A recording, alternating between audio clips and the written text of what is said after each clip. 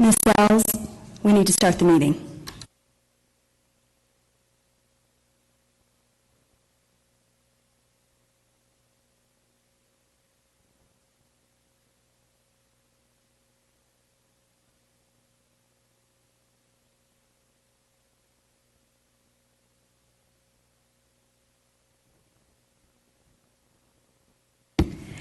I would like to announce that a quorum is present. The meeting is duly called, and a notice of the meeting has been posted in accordance with the Texas Open Meetings Act. The time is 5 p.m. The following board members are in attendance: Catherine Sells, Dr. Stacy Barker, Michelle Alkateb, and Jenny Prosnick. I've asked board member Catherine Sells to lead us in prayer. Please join me if you would like. Dear Heavenly Father, we thank you for allowing us to be here safely tonight, and we just pray for wisdom and guidance in the decisions that we make for the school district. I pray for the safety of all that are in our school district, and I just pray that each day is new and bright and full of learning for those that are students within LISD. I pray for our staff as they join us each morning with just a new vibrance of teaching the next generation, and I just pray that we as Board of Trustee members will show unity, but also will be wise in our questions that we ask, and then also show wisdom in our decisions. In Jesus' name, amen. Thank you. Please join us in the Pledge of Allegiance and the Texas Pledge. I pledge allegiance to the flag of the United States of America and to the republic for which it stands, one nation, under God, indivisible, with liberty and justice for all. Honor the Texas flag. I pledge allegiance to thee, Texas, one state, under God, one and indivisible. Ms. Alkateb, would you read our mission and vision statements, please? Absolutely. The mission statement for Lewisville ISD is engaging and inspiring learners and leaders. The vision statement for Lewisville ISD: all students are confident, equipped with the knowledge and skills to thrive and adapt for our future. Thank you. Public comments will be heard during the business portion of this evening's work session. We will move forward in the agenda to the public hearing regarding the petition for detachment and annexation, which is item G. The next item on the agenda is the public hearing regarding the petition for detachment and annexation filed with Lewisville ISD by residents of a certain portion of the West Haven neighborhood located in the city of Coppell, Texas. This hearing will be conducted in accordance with Texas Education Code, Section 13.051. The petition for detachment and annexation was presented to the district on August 19, 2024. As required by law, the district published written notice of the proposed detachment and annexation and this public hearing at least 10 calendar days prior to the hearing date. The petition before us seeks the detachment of certain portions of property currently located within the geographic boundaries of Lewisville Independent School District and the annexation of that property to the Coppell Independent School District. The portion of the property in question is located within the city of Coppell and Denton County. If approved by both the respective boards of the two districts, this petition would result in the reduction of geographic boundaries of Lewisville ISD and the expansion of geographic boundaries of Coppell ISD. This hearing will be conducted in 3 stages. First, the administration will provide information regarding the statutory requirements for detachment and annexation and relevant data regarding the affected territory. Second, the petitioners and or their legal representative will be given the opportunity to speak, should they choose to do so. We will allot 15 minutes in total for any petitioners or their representative to speak. Third, affected persons or community members will have an opportunity to present comments to the board. The board will allot 15 minutes for this section of the hearing. Anyone who wishes to speak must have signed up on the form at the entrance table prior to the start of this meeting. Instructions for signing up to speak were included in the public hearing notice. Each speaker must limit their comments to 3 minutes. At the end of the hearing, the board shall consider the information presented, shall make findings regarding the anticipated effect of the petition, and shall ultimately adopt a resolution approving or disapproving the petition.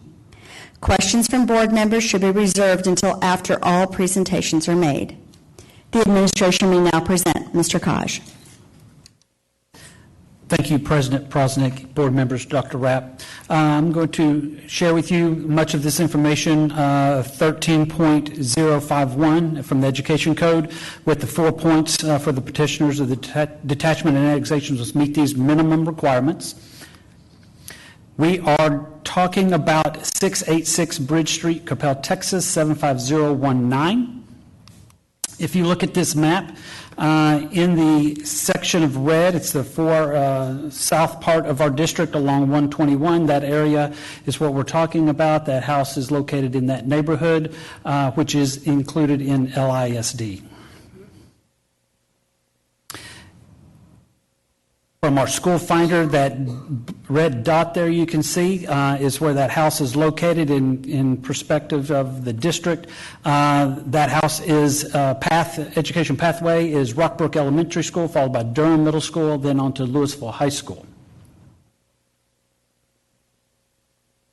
A little bit closer viewpoint of that house and the location is in aspect to the district line.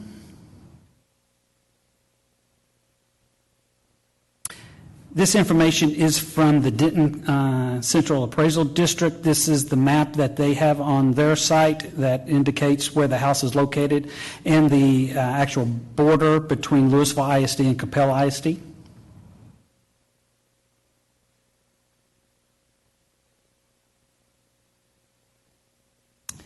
The area under consideration, the address is 686 Bridge Street, Coppell, Texas. You can see the assessed value in 23 and 24. Students in LISD, no, there are no students currently in LISD. And from the Denton Central Appraisal District, the entities for this, the taxable entities are the City of Coppell, followed by the Denton Central Appraisal District, Denton County, and Lewisville ISD.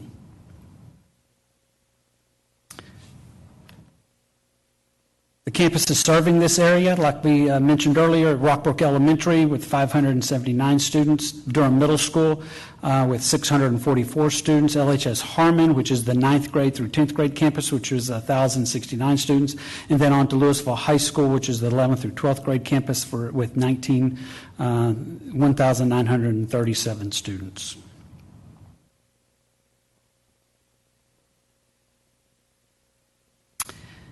So the response from this petition, each board affected by the petition must, and including the LISD board and the Coppell board, will have to have their meeting as well, notify the public of the petition, which we have, holding a public hearing, which we are, determine whether the petition complies with the minimum statutory requirements, and pass a resolution making approve or disapproving of the petition.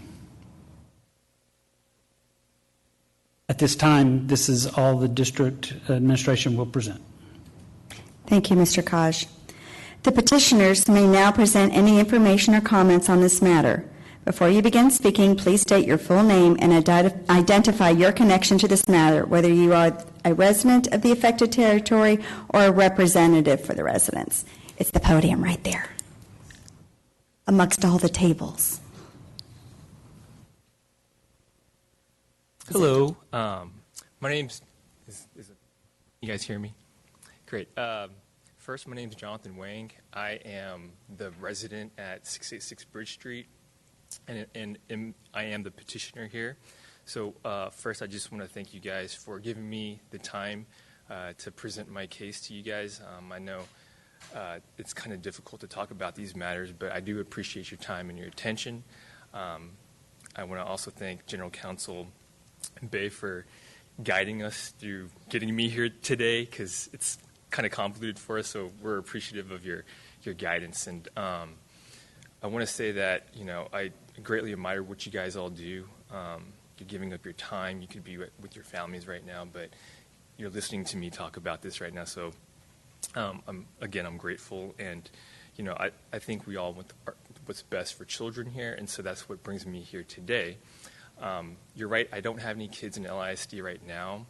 Our oldest is 5, and we have 2 younger ones. One's 3 and one's 1. I was here at the June board meeting, kind of bringing this up, and I kind of presented my case then, how, and can we get the first slide, sir? Oh, there's a clicker here. Oh, sweet. Should be a clicker. Okay, great. There you go. Thank you. Yeah, so some background is that we purchased our home, that parcel, 686 Bridge Street, back in 2015. It was a new build, and I'm sure you guys know about this because there's some other residents that might have petitioned you guys in the past, but we were told that we were zoned for Capella ISD, and they send us this link to, a spreadsheet that you can see here that had our address on there, and everyone told us, yeah, you guys are zoned for Capella ISD, and so we bought the parcel, and the house was built, and it wasn't until this past summer when we're enrolling our daughter, our 5-year-old, in a kindergarten where we realized, hey, we're not actually zoned for Capella ISD. We're zoned for Lewisville ISD, which again brings me here today. I'm hoping that we can get rezoned into Capella ISD. And so, again, we were made to believe by everyone that was in authority that our house was zoned for Capella ISD. And this was our settlement statement. It says that, we're paying taxes into Dallas County and Capella ISD taxes back in 2015 and so forth. Granted, the amount of taxes that we pay, sorry, it's so small. The amount that we're paying is not large, but it is still some. And again, that's why we thought we were in Capella ISD. And then I'll go to the next slide. This is the legal description of our property. I think the important thing here is under the legal description, it's got that juris split, which is 33 square feet in DCAD. And so, again, we've got a parcel in Dallas County, which is Capella, and we're paying a little bit of taxes into Capella ISD. And then this is the Dallas County notice of our estimated taxes in 2024, and it has Capella ISD. And again, it's not a very large amount, but it's there. And then thank you for Mr. Klaus for those maps. We also looked at the DCAD map, the Dallas County maps, and this is our parcel right there, 686 Bridge Street. And that's the line for Dallas County. Continue. Keep going. You have 15. Okay. Yeah, and so that's kind of like the boundary line. So, again, you can see that there's a corner of our house according to these lines in which our house resides. Next slide. I don't think my clicker is working anymore. And I mentioned that you guys are familiar with our neighborhood because a few years ago our neighbors petitioned to be into Capella ISD. And so we kind of drew a map here for you guys. The houses in red, or the lots in red, are those that are zoned to Lewisville ISD, and those in green are zoned for Capella ISD in our neighborhood. I believe the houses in red petitioned you guys to let them be in Capella ISD not long ago. It was denied. But as you can see, those houses are mostly like firmly above the boundary line, whereas our house there's just a little corner sliver of it, which again we feel like maybe gives us leeway to petition to be in Capella ISD. And you can see like there are some greenhouses that are in Capella ISD that are straddling the border as well. And so that's why we think our case is just a little bit different. We were not ever included in that first batch of neighbors that petitioned you. And that's because we always thought we were in Capella ISD, and so did they, I believe. That's why we were never asked to join their group when they initiated their petition. Go to the next slide. Sorry, I don't think the clicker's working. Yeah, so, and then this is just some stuff that I'm sure General Counsel knows about, but it's just the Texas Education Code about, properties that are straddling two different school districts and the procedure to figure out if it's okay for them to be in one versus the other. Yeah, that's pretty much the case. We're doing this because our neighbors all go to Capella ISD. Our daughter currently goes to Cottonwood Elementary School, which is in the Capella ISD. We are in the open enrollment zone for Capella ISD, and so, we take walks every day, so we know our neighbors. They all go to Cottonwood. They go to Capella ISD, and so my daughter's actually in their classes, and that's why we wanted to be in Capella ISD. It's no knock on LISD. I was here for that June meeting. It was fantastic. Never seen such I've never been to a board meeting, but that was a great board meeting, and it was really rowdy, and I can see just the care for your students and your teachers. So there's no knock on LISD. It's just my children, they just like their neighbors, and they want to be with them, and so we felt like we had to give them a shot to be here and petition to you. That's it. Thank you for your time. Thank you, Mr. Wing. Are there any community members who've signed up to speak? No, we have no community members who signed up to speak. Thank you for your comments. At this time, the board may ask any clarifying questions from the presentations. Does any board member have a question? Seeing no questions, we will close this public hearing. The time is 5:16 p.m. The board will now convene into closed session to confer with legal counsel regarding the petition pursuant to Texas Government Code sections 551.071.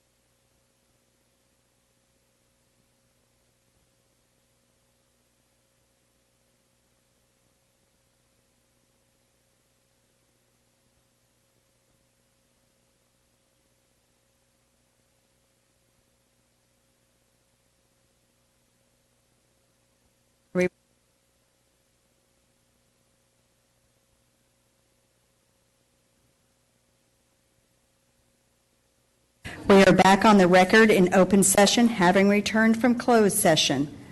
The time is 5:49. The next item on the agenda is to consider and take possible action to adopt findings of fact and a resolution regarding the petition for detachment and annexation. Having heard the evidence presented during the public hearing, the board will issue findings and adopt a resolution either approving or disapproving the petition. The board must make findings on the following: the educational interests of current or future students residing in the affected territory and in Capel ISD and Lewisville ISD, and the social, economic, and educational effects of the proposed boundary change.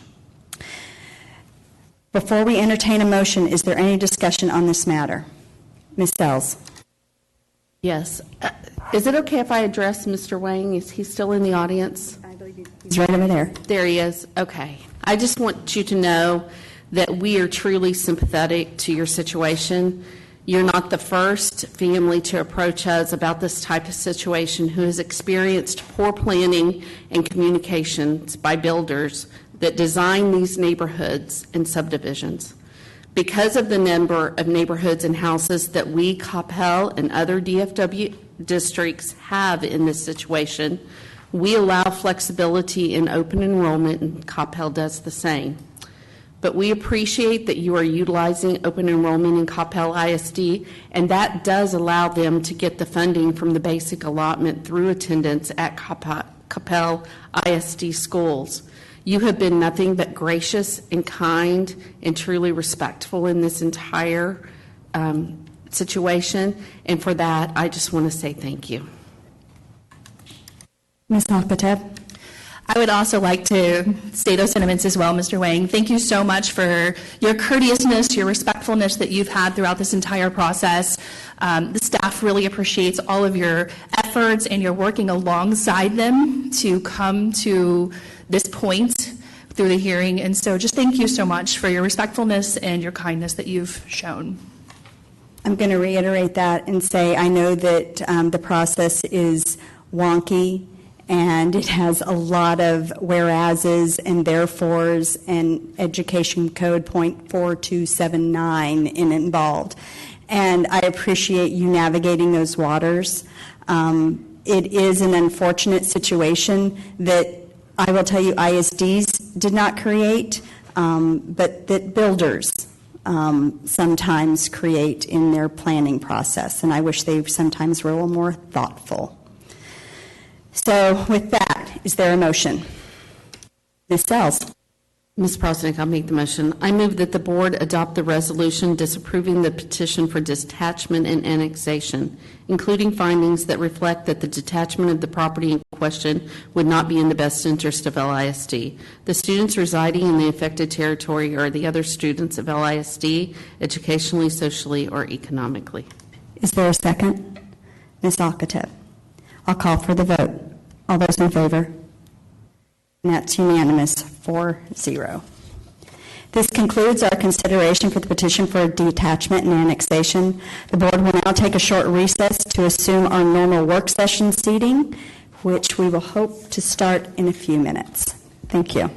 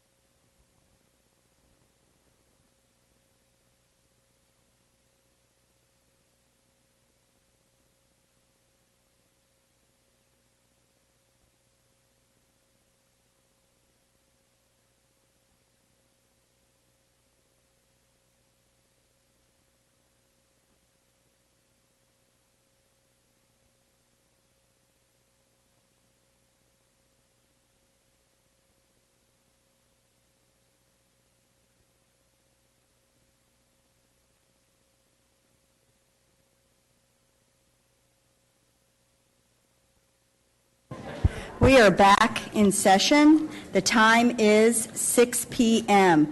I would like to acknowledge that Ms. Allison Lasan, Ms. Sheila Taylor, and Dr. Buddy Bonner have joined our meeting, so all board members are in attendance. Public comments are next on the agenda. Those who wish to speak to the board meeting often expect a dialogue with the Board of Trustees. However, in accordance with Texas law, the board is not able to respond directly to comments or questions posed by speakers. Texas law also does not allow the board to discuss or take action on any issue presented during the public forum unless the item has already been posted for action on the meeting agenda. Each speaker will receive a written follow-up from the district in the next 3 business days. The board and district administration welcomes and values the feedback shared during this time of the meeting, and we are grateful for the continued partnership between LISD and the families and the communities we serve. We have no Lewisville ISD stakeholders tonight. We do have 2 public comments of non-LISD stakeholders who will have 1 minute for their presentation. The podium is located over here to my right, your left, at the front doors. First speaker, excuse me while I get my glasses, is Saeed Bibquis.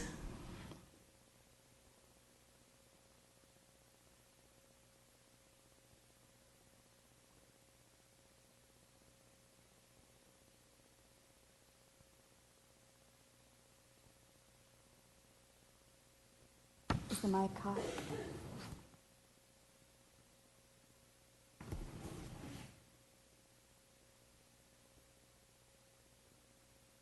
Please state your name and address. Good evening, Board. Thank you for giving me opportunity tonight to speak. My name is Sayeda Sayed, and my address is 6705 Sapphire Circle North, Colleyville, Texas, 76034. I'm a nominee for Tarrant Appraisal District Board of Directors. I have seen your agenda. You have Denton County Appraisal District nomination on your agenda, but not the Tarrant County. And I'm here to introduce myself. I give my resume. If you want to nominate me tonight, you can nominate, or you vote for the, wait for that and vote when you get the ballot after October 30th. I know it's a very small stake, Lewisville ISD. On TAD board, it's just 6 votes, but I'm encouraging all appraisal districts, all taxing entities, please look into it this time and bring accountability in the game. I believe you have more stake in Denton County. So when you get the ballot, vote for each candidate, give at least 1 vote. So at the end, you have the right to recall that board member if they do not follow Texas Property Tax Code. Hope to get your nomination and vote. Thank you. Next up, Daniel Bennett.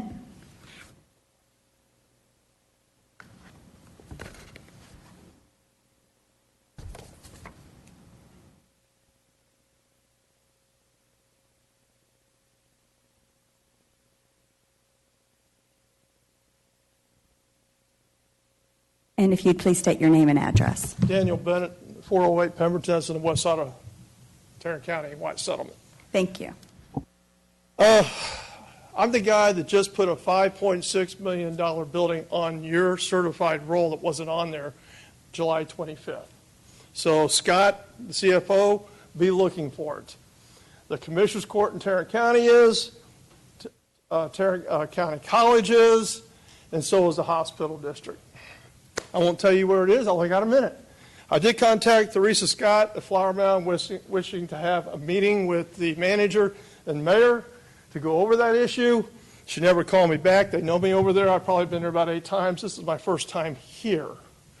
Task issues are uniform and equal new construction, not on your tax roll, corrupted exemptions, and business personal property. Mayor Trong of Haltom City, there's 45 businesses in Haltom City that did not file a rendition and have not been paying taxes. I wonder if there's businesses in Lewisville ISD that have the same issues. Thank you so much for your time, and good seeing you all. You all very well attended. Thank you, Mr. Bennett. See you all. Next up, discussion items. Chief of Staff report, Dr. Miller. All right, Dr. Miller and I talking, she's looking at me, we'll go ahead and get started. I'm going to ask that the committee that's coming forward that's going to speak, I'm going to go ahead and ask those representatives to come up as we get the slides for the update on the screen.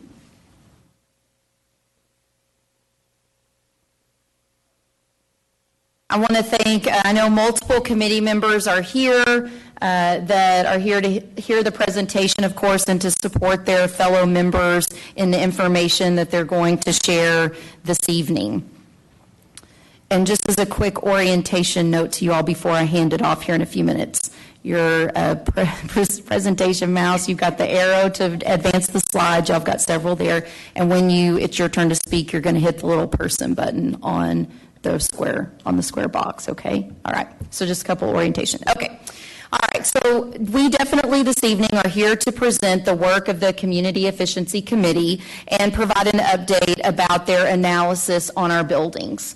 As we know, we were charged from the board as we looked at fiscal year 25, the board adopted budget reduction guiding principles. You all adopted a budget that included a $4.5 million deficit as the district continues to look for budget reductions.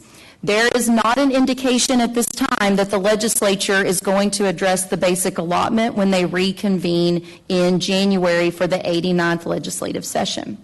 So budget reductions that were adopted according to these guiding principles that were passed in March of 2024 included right-sizing our facilities to our enrollment trends and creating levels of efficiency for buildings. And so the action was to create a Community Efficiency Committee to study enrollment and facility efficiency and bring those recommendations to the board in the fall of 24, and that's what we're here to do this evening. The charge to the committee was to help the district plan for the future, to represent the entire community, and to assist the district in the review of enrollment trends, current building capacities, campus facility and staffing efficiency, and attendance boundaries. Recommendations could include the retirement of school buildings or adjusting boundaries within a feeder pattern to allow for a more equitable disbursement of district resources, but it would not change the current feeder patterns that students currently go to. The committee was composed of 30 staff, parents, and community members, plus a variety of campus leaders, bringing the principal perspective to the meetings, and representation from across all feeder patterns and campus levels was part of the makeup of the group. They met 6 times beginning last May, and their last meeting was September 17th. One of the very first things they were presented was student enrollment trends from our demographer. Of course, we utilized Zonda demographics, and we peaked in enrollment in around 2015, 16, 17 at 53,000, and we're projected over the next 10 years to stabilize at about 45,000. Some contributing factors to that, as presented by the demographer, is that we have a very high average existing home price in our school district, now at $492,000, and we're also experiencing lower birth rates. So our graduating senior classes are much higher than our incoming kinder and first grade classes. And board, we talk about at every single meeting the situation that we're in financially, where we know as a community they see one tax rate, but it functions in 2 different ways. Part of that tax rate goes into the INS bucket to pay back voter-approved bond debt, and then the blue bucket portion of the tax rate is set by the state, and that's what gives us our daily operation funds, and we cannot use bond funds in order to pay for the daily operations of the school district. And 84% of the district's daily operation budget is in personnel, and then the rest of that goes, of course, to fuel, electricity, and operational costs like that. So we've been talking about, as you all have set the budget, what are the inflationary impacts that we're feeling on the blue bucket side of the budget. And just 2 that we looked at as a committee, we looked at this whole chart, but the electricity bill, and you all were presented this information from Mr. Rare, has gone up by $3.4 million in the last 4 years. That's a 61% increase. And our property and casualty insurance, as we have over 9 million square feet of facilities, has gone up $4.2 million. That's a 113% increase over the last 4 years. And then I shared with the board at the last board meeting that ultimately the investments in public education in the state of Texas are not keeping up with these inflationary costs. And as you look at that line where I have circled each end of it, currently in 2025, we're actually operating with less than we were in 2016 due to the impact of inflation. And that is a consideration that we all have to take into account as the legislature goes back into session in the 89th session. So with all of that shared about our budget and financial situation, I'm going to turn it over to our committee members, and they're going to take it the next several slides. And so I'm first going to turn it over to Ms. Brown.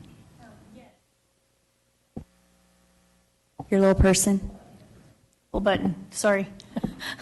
We looked at several categories, and then we analyzed the data for each of those, including enrollment, building capacity and efficiency, staffing, the facility assessment score, and I'm going to let someone else explain that better, and the operating cost of each of those buildings. So if we look at the first category of enrollment, this is giving you just a snapshot of one feeder pattern, the Hebron feeder pattern. And like Dr. Rapp mentioned, we looked at the demographics, which was actually very impressive, that every single student was a little red dot on the map and mapping out everything, giving us pretty accurate forecasts of the enrollments. And I kind of want to draw your attention to the last column that's called percent capacity. They calculated formulas of what's optimal to fill every single classroom in that school building, but then factored in that some classes, including like SPED classes and other special program classes, don't take as many students to fill a classroom. And that's where they came up with the orange column to come up, or not the orange, the green column to come up with the optimal number of students in that campus to fulfill it to the maximum capacity.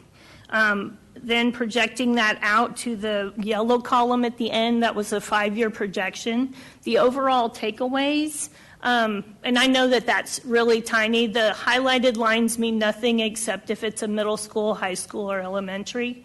But the overall takeaways from that data was that there is that declining trend, and we no longer need the building space for 53,000 students. And the kinder enrollment remains consistent and is less than the number of graduating seniors every year. All right. I'm up there. The building capacity and efficiency is the slide I had, and also ironic that I have the colony feeder pattern as well. But it's also unique looking at the different schools, and even we look from the outside sometimes and we think they're all full with perfect sized classrooms, and we got to dive into numbers and compare some of the student teacher ratios and the impact of special programs that housed on these campuses. And even though a lot of our schools may be built very similar, rooms are used differently. We have some schools that are also very different, and just it was neat to get to be able to go inside some of these schools and see how these classrooms are being used. We also looked at the capacity of campuses compared to forecasted enrollment trends, and to be able to look at that over the next 5 years as well. A number of the schools are operating, some of the key takeaways, few of the schools are operating below capacity or optimal levels. But we also noticed that the majority of LISD schools are operating at 70+% facility usage and will be for the next 5 years.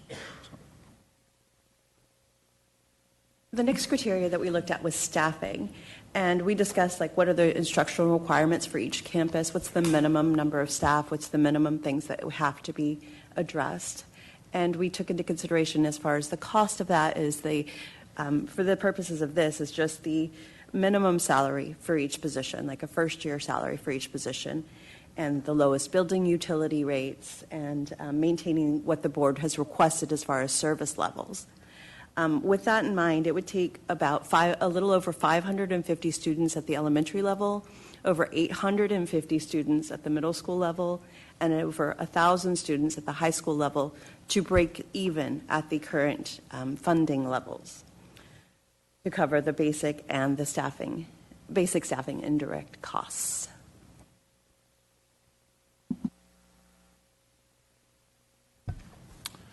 Good evening. The next thing we looked at was the facility assessment score. We discussed the amount of services required in order to maintain the facilities. If you look at the example there for Marcus High School, that's probably only about a third as long as what it was. Some of them are very, very lengthy, and they're very robust in their detail.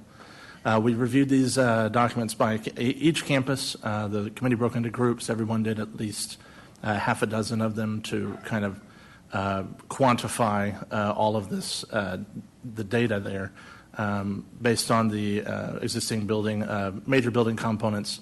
It's the HVAC, the ceiling, the roof and lights, generators, everything. Our takeaway, as it says, running and maintaining school buildings is expensive. And I think the most important thing is we broke out each facility by how many were in the green, the column with the green header, and those that are in white, you can't see it on that, but the text itself is a red color. So it's either good or bad as far as it's meeting life expectancy. And it helps us to compare campus by campus, those that say have 1 or 2 in the red versus 10 or 12 in the red. You might not have all the nuances, but you understand which ones are performing better than the others as far as the facility. We also looked at the operating costs. We discussed the different components. There we have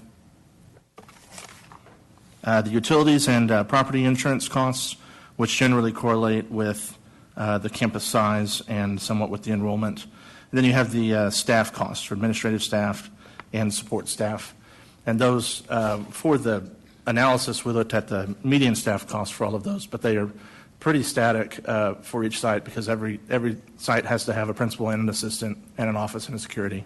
Everybody has to have a librarian, everybody has to have a counselor, everybody has to have a nurse.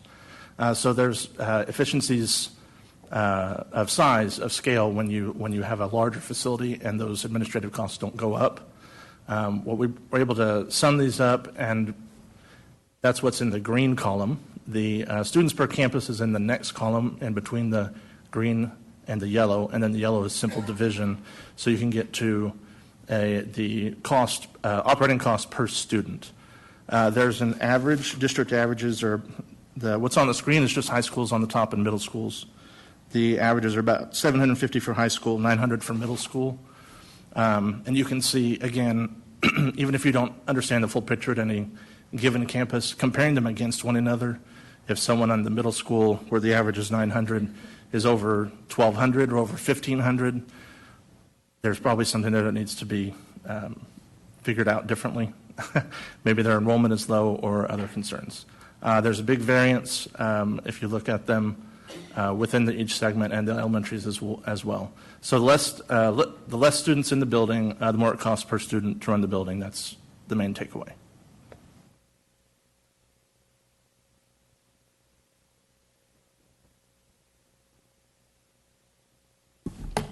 All right, so then as a committee, we took all of that data and we had an assessment, and we assessed every campus in the school district.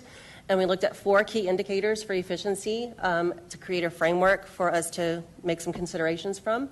So we looked at how close to optimal capacity is each campus. So we were looking at 2023-24 enrollment numbers and looking at what would be optimal, how close is that campus, and there were rating scales for each, different rankings for each campus. We also looked at 5-year capacity, so we know where they are now, where do we think they're going to be in 5 years.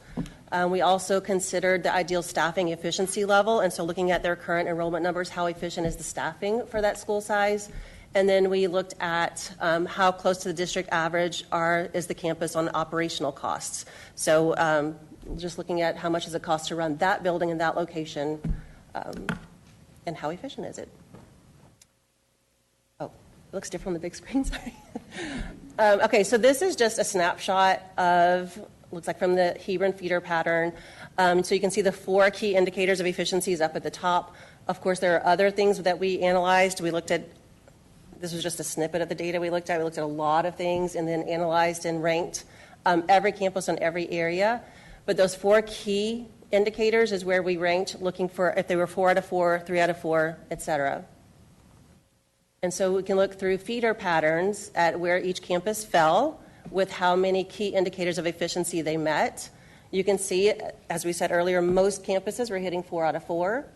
We have sprinkling of 3 out of 4, 2 out of 4, and then a few that were either 0 or 1. So right there is the Flower Mound and the Hebron feeder.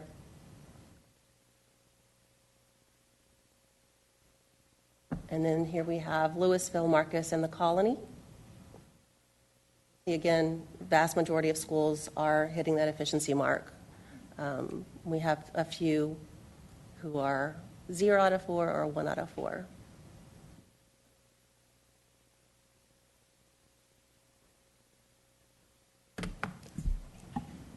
Okay. Then, basically, the committee, I just wanted to kind of explain a little bit how we broke out. So we had the large committee overall. We broke then into 9 groups. And in each of those 9 groups, we had people from each feeder pattern, and we had people from each role or level in each group. So it was a very nice, diverse, there was somebody from everywhere. And we looked at those 4 different indicators as well as all the other data, and we were asked to consider and make recommendations for considering what schools should be considered for boundary adjustments and what schools should be possible retirement. So as you can see here, these were and again, each 9 groups didn't necessarily recommend the same things for each feeder pattern, because we did look at it feeder pattern by feeder pattern. So that's why you'll see some on these lists, on both lists, you'll have multiple schools potentially in a feeder pattern. Isn't going to be necessarily all the schools in that feeder pattern that are on this list, but just each group agreed that something needed to be adjusted. One thing I want to note too, for especially the boundary adjustments, is you can see there are some of the schools that are 4 out of 4. Those are our schools that are at or nearing capacity and definitely are going to need to be addressed, because forecasting, they're probably going to go over it. And then obviously the other ones, because some are like, well, if they're doing great, why are they on there? That's why. They're doing so well, they're exploding.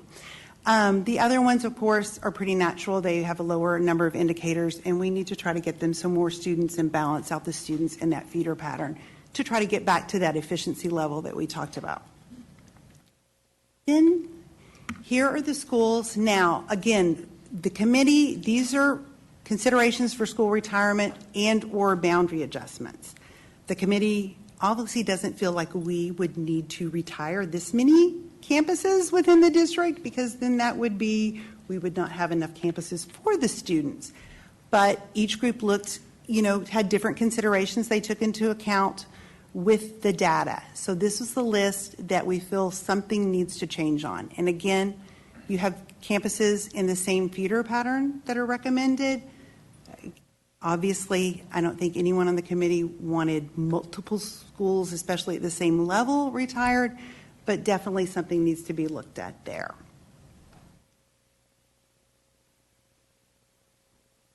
And so I know several of you are, one of the questions that you all to ask board when the committee came to make the presentation, you'd just like to hear insights from them about what it was like to serve in this process. And I know several of you are going to share your insights. I don't know which one's going first. Is it Ms. Brown? Okay. I, being deeply rooted and very passionate about teaching and having my kids through this district, and emotionally attached, was thrilled to have the opportunity to be a part of this. However, when we started analyzing the data, it was very frightening. And when we had to record findings from the data, I am so very grateful that we are not tasked with making those decisions that you have to make. I'm also very comforted in knowing that everything imaginably possible has been done to prevent these changes because of the student allotment not being increased. And I just have that much more gratitude and respect for every one of you, and I appreciate that.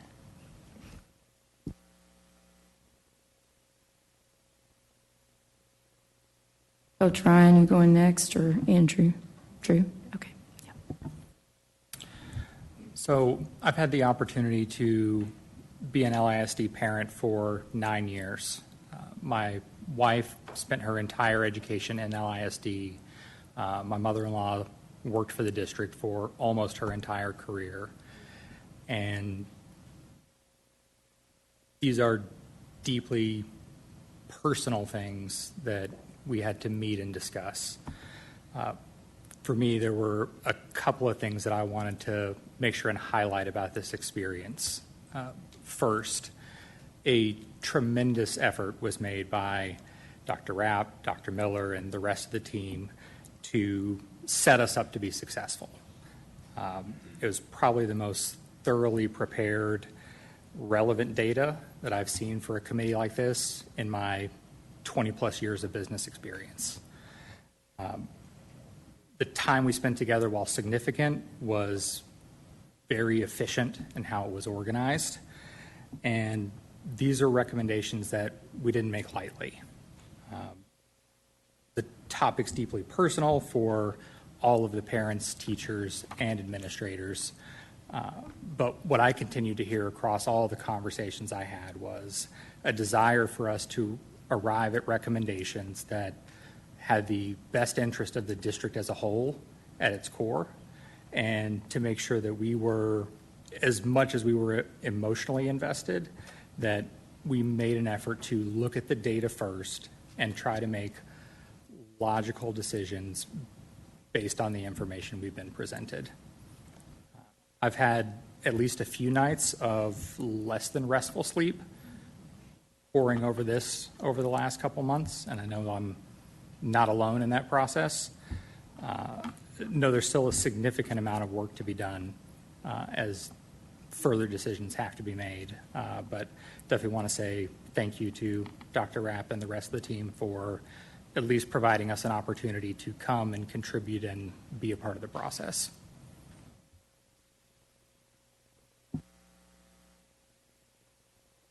Jill? I just think when you go to the community and you present all these things to the community, they need to know the lengths that you went to. You could have done this on your own. You could have just gotten your board together and looked at all the data, but instead you went to great lengths to involve the community of the whole entire district. You were very intentional with the way it was planned and the way that the groups were put together. And I think that that's a point. Not everybody's going to be happy with whatever decisions are made, but what they need to understand is that it was done with the utmost intentionality of looking at everything and making decisions that were the best for the district. All right. These three did an amazing job of representing, the findings and your passion for our district, so thank you. And also thank you all for allowing us to be a part of this committee. And I've been a part of the colony feeder pattern for almost 28 years. And to seeing my children and things go through the feeder pattern as well, I'm very, very passionate about the colony high school, but I'm also very passionate about LISD. And to get to be involved with this committee, we got together with other people that maybe we didn't know, people from other sides of the town, people from different venues, and you realize there's a lot of passionate people about LISD. And I think it starts also with the top, and Dr. Rapp, Dr. Miller, thank you very much for all the work that y'all put in, but it's also great seeing the board members involved in the discussions, in the groups. It's not just a one-sided decision. Everybody got involved, and I think that's, as you are speaking, that's something that's very unique about LISD. We're a very involved group and very passionate about the students, the staff, our communities, and our schools. So thank you very much, and we wish you the best with all these decisions coming forward. All right, so let's talk about what the next steps are. Where did we leave this process with the committee, and what's happening from tonight? So I want to say how appreciative we are for the committee and appreciative for all of you being here tonight to share with the board and to share about your experiences and just what it was like to review the data. They, as the committee, are now turning over their analysis and efficiency data and work to all of you. What you have before you this evening are not decisions. They are simply the results of conducting an efficiency assessment on all the campuses. And what did that efficiency assessment result in? All of the data that you saw referenced on the slides or that they talked about is all online for the whole entire community to see. How did we get to 0 out of 4 or 4 out of 4? It was obviously more than just one data point, as you saw them present the efficiency criteria and what was looked at, and all of that is on the internet. District leadership will work with the board to process this information from here. And then we know that the board, as the committee has referenced, has very hard decisions ahead about providing direction to the district about where to go with this analysis and this information. But one of the things I know that we are all committed to, that we have done in the past and that you all have talked publicly about maintaining, was any campuses that might be impacted from this process will have a very specific listening tour in their community, because it's very important that every single campus that might be under consideration after you get to the point of giving direction to staff get to have their voices heard as well. And that's how we do business in LISD. Tonight is an example of how we do business when we're faced with a complex problem. And it is a complex problem to have an enrollment that's no longer at 53,000 and going to 45,000. And our schools are the heartbeats of our community. We all in this room and anybody watching online love this school district, and we're so proud of it. And as I shared with the board, I've never been part of putting together a harder budget than the budget that was adopted in August. And I've also never been part of harder conversations in 29 years in this school district than putting together this committee to analyze this data.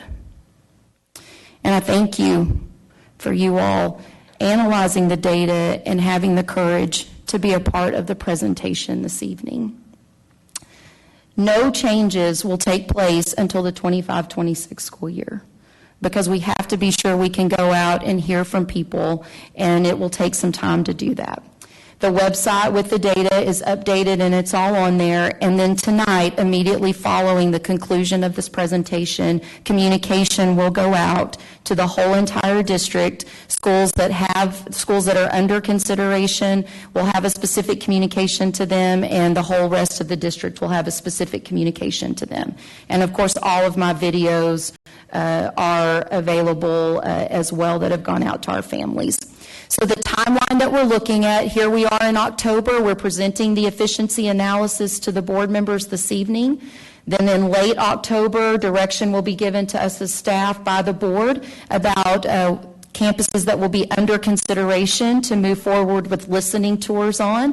We will start those community listening tours in November with the goal of coming back to the board with all of that information, and I know the board will be a part of those listening tours as well, and we will then look to have some decisions in December that can be communicated out and start to get ahead of staffing and things next spring for the 25-26 school year. And so, Madam President, with that, we'll conclude our presentation and take your questions. Ms. Taylor. I don't necessarily have a question, and I assume not speaking for the other board members, but I'm sure they share this sentiment. I just want to say thank you again. This was, I'm sure, difficult work. We understand that, but it was important work and necessary work. And again, you could have been doing anything else other than staying up late at night or having trouble sleeping because of these issues. And I just really want to thank you from the bottom of my heart. I think we have 59 campuses. I believe that might be right. 69. Oh, gosh. Okay. So I just wanted to say that because you analyzed every campus across all these data points, and that was a lot of work. And I just, again, just want to thank you. And I thank you for speaking up and just letting everyone know how the process was, what it was, that the board is not making decisions, whatever, if we make decisions those are not made in a vacuum, that we made those with the voice of the community. And you guys are the voice of that community. And again, just want to thank you for your hard work. Ms. Sells? I just wanted to echo those sentiments and to share with you all that Ms. Prosnick and I were part of the facilities assessment, and I talked about this a lot. Way back when, I walked all of the elementary campuses in this district, and so I know a little bit about what you're feeling, because what I knew was my campus at that time. And when I started walking the other campuses, I quickly realized how broad we were in our geographical distances, but also how different we were in terms of our sizes and what we were offering. And so we've used that now in 2 bonds in that use, but then to see you all use it again in this way, it really brings me, I'm just proud of the fact that you all have continued that essential 4 cornerstone that we have of community engagement. We didn't even have the 4 cornerstones when we did that back then. We just knew we wanted to be involved and we wanted to be a part of it. And it's just the amount of data. I thought we had a lot to do, but I see that you all took what we did, and that was even just a part of what you did, and you expanded on it, and you looked at everything from every angle. And I'm getting the vibe from y'all that there wasn't anything left out that you wanted to know. I hope all your questions were answered, and I know that these are not easy, even bringing them to us, even though you know you're not the ones that are going to make those final decisions. But I just want to thank you, because I know that our last, one of our last committees had like 27 hours. I don't know if y'all have counted up your hours, but the wealth of knowledge and passion that you bring to us, we could have never paid you enough, because there's not enough money for the time and the energy and the knowledge and the passion that you put into something like this. And I just wanted to say thank you from the bottom of my heart. So thank you. Dr. Bonner? Yes, ma'am. Thank you, Ms. Prosnick. I'd like to thank the audience for being here tonight. Obviously, this matter is of great community interest, and I'd also like to thank again the committee, the Community Efficiency Committee, for your work and diligent effort. You presented us an analysis of a very difficult and real set of data, and you've done so in a great fashion, and I'm very appreciative. I've thought a lot about this over the past few weeks and months, and just wanted to put my thoughts on paper so I didn't mutter and stammer around up here, so I'm going to probably read from this for you if I can. I've been blessed to be a part of this district since 1991, and I've seen the cycle of maturation of this district from fast growth to stable, and that's where we are now.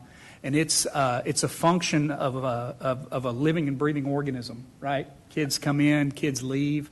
And so that's been very interesting to watch from an employee standpoint, and both a board member standpoint and a parent standpoint and a community member standpoint. And I look fondly back on the 1990s when upwards of 2,500 kids would come to this district. And they were moving into burgeoning communities, right? Flower Mound, Lewisville, the Colony, Highland Village, Carrollton. And Marshall Durham was our assistant superintendent of operations. Marshall passed away recently, and he was responsible for building campuses. That was his job. And Marshall had been a part of this district since the 1940s. And imagine the experience and the knowledge base he had in building those schools, buying properties to house those schools. And he was an integral part of this community as a student here, a parent here, a staff member here, and a community member here. And so this district stands on the broad shoulders of people like him in making decisions like this. And so during that time, I remember 1999, they opened 4 campuses, Wellington and Bridlewood Elementary Schools. And think about this, 2 high schools, Hebron High School and Flower Mound High School. That is a lot of campuses, you all, to open in a fast growth period. And it's unfortunate that our growth has diminished since then, right? That's why we're here tonight. that we just have an excess of building space that was built during that fast growth period that we've got to grapple with and make a decision in the coming weeks. So we reflect tonight on what school is, I think, and what it means. And I would just close by saying that school's a place where human connections and relationships are made between students and parents and staff members and community members. It's a place where, memories of our childhood are formed. It's a place for nostalgia. And it's a place that we have great feelings preferred time of the past. School's like a church in that the building only serves as a gathering place for learning and teaching. It's not a place it's a place where relationships are made. No discussion around this tonight will remove or diminish those memories or relationships. I'm thankful for this presentation and believe we're on the doorstep of probably the most important decision this board will make in the next several years. I look forward to further information on this and the bold decisions that will be made here in the best interest of students, parents, community members, and staff members. Thank you all very much. Ms. Lasan? Thank you. And thank you, the members of the committee that volunteered to speak. Hopefully you weren't voluntold, but thank you. And then I know there's several more of you back there in the audience. And then I know there's even a few that couldn't be here because they're off doing their real jobs. But thanks so much, and I just, really kind of ditto what everybody else said. But I did, one thing I did want to say is that I guarantee you that all, the 7 of us plus, Dr. Rapp and the team, her leadership team, will be putting lots of thought, personally, I will be putting prayers into this to make the best decision for the district. And we are in a budget, crunch, crisis, however you want to say it. But regardless of that, we have to be good stewards of our facilities, of our property, of things that we own. And the fact is that we have, several campuses that are not running efficiently. And you guys, put that out there. And I think that that is something that's really hard to do, but it's so necessary. And in order for our district to proceed forward and to keep being the amazing district that it is, we have to make hard decisions and we have to do hard things. And this is one of them. And so again, just thank you guys so much for everything that you did. Dr. Barker. Thank you, Madam President. I'll try not to repeat what my colleagues have said, but I will say thank you to all of you for speaking and sharing this report, and for all who served on the committee, and all who communicated with you who may not have been on the committee and shared their thoughts and opinions, and all those who have shared their opinions with us. It's really important. But I also want to give a special thank you to Dr. Miller for all of the work that she has put in facilitating and organizing and putting everything together, as you said, to set you up for success. I'm using your words there because they were so good. This is not an unemotional task. There is a lot of emotion wrapped up, as Dr. Bonner was saying, in nostalgia, in relationships, in community, and it's really important. And what Dr. Miller was able to do was to make it as objective as possibly could be. It can't be fully objective, it never will. But thank you for taking on that task that Dr. Miller gave you of trying to be as objective as possible, putting all of the information together, and being really vulnerable in making the recommendations that you've made. So thank you all, and thank you, Dr. Miller. Ms. Alcatib. I shout from the rooftops anytime I get an opportunity. LASD is a community. We truly, truly are. What Dr. Bonner talked about, the buildings that we have, yes, they kind of start those relationships and they continue. But Lewisville ISD really, truly embodies that. And you can see that within our fourth cornerstone of the community engagement, which is how you guys and your community members got to be here and got involved in this process. And even the other community members that are here tonight to hear about what is important to you, what's going to impact your family, your lives, your homes, everything that you also embody. And I really, really do appreciate that we have given the opportunity for the community to be able to be a part of this, because this is definitely one of the hardest decisions that this board will be facing, probably in the life of the board. And we do not take that lightly. And we do not take your stories lightly. And the impact that it's had on each and every one of you, and each and every one of you who's in the audience, and those who are watching at home. We're all parents in the district as well. It impacts us just the same as it impacts you and your community. And so we will not be taking this lightly. And one of the things that we will, she talked about, we're going to be going and doing those community listening tours. Please come out when we're coming to your community. Talk to us. Tell us your story, so that then we can come back and we can use that along with all the data and all the resources that have been given to us by this community to be able to make the best, most informed decisions for Lewisville ISD. It is unfortunate that we are facing this crisis with our budget and the basic allotment that our legislators are holding hostage in Austin. It is unfortunate that we are having to come to these decisions. But unlike the other school districts in our area, we are talking to our community. We are listening to you. So please, be loud. Let us hear it when we come to listen to you guys, so that we, the 7 of us, can make those informed decisions. Thank you. Thank you, Ms. Akateb. I want to emphasize that when we look at this, we're talking about buildings. We're not talking about the people in the buildings. I want to make very clear, I personally promise that every person in those buildings has a place here in LISD, because the work that goes on in those buildings is important work. We are here because of declining enrollment, because people aren't having babies like they used to. We're here because there's $3.9 billion that's been held hostage in Austin.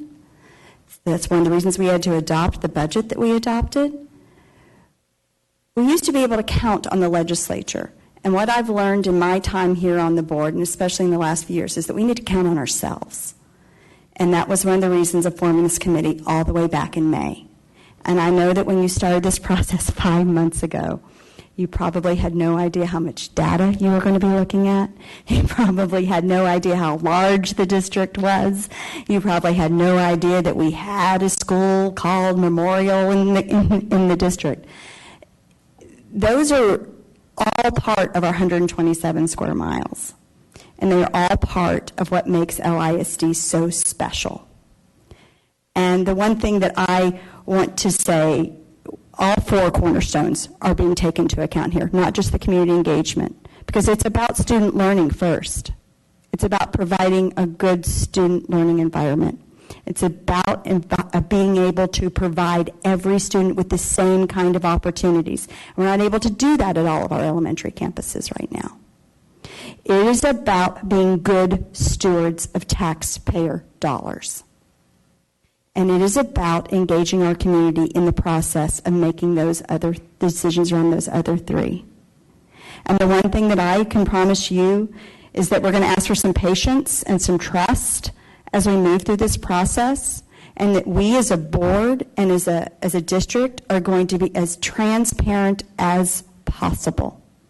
All of the information that these amazing people took into account over 5 months will be available to you, so you can see the same data that they saw and maybe come to a different conclusion.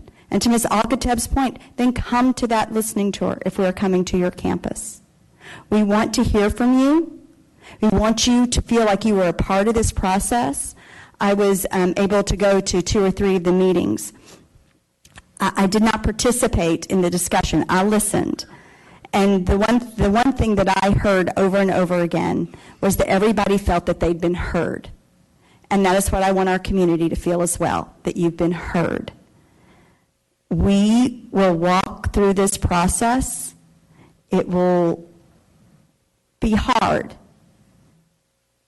but we will walk through it and we will come out of it at the end a stronger LISD than when we started it. So that's what I have to say on that. Thank you all so much for your time and effort. Thank you all for coming tonight. Thank you all for those of you at home. We appreciate your attention to this very important matter. All right. Mr. Ware, you're up.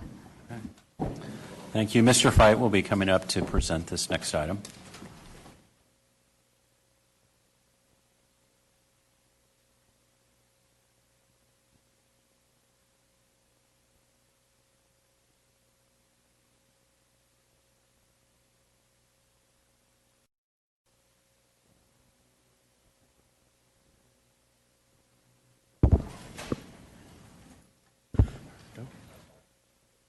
All right, so good evening, Dr. Rapp, President Prosnick, and the board. So tonight we have Brett Holsley with us from Stantec Architects. He's going to do a little presentation showing the final analysis of the Westside Aquatic Center HVAC work that we did. So I'll turn it over to Brett.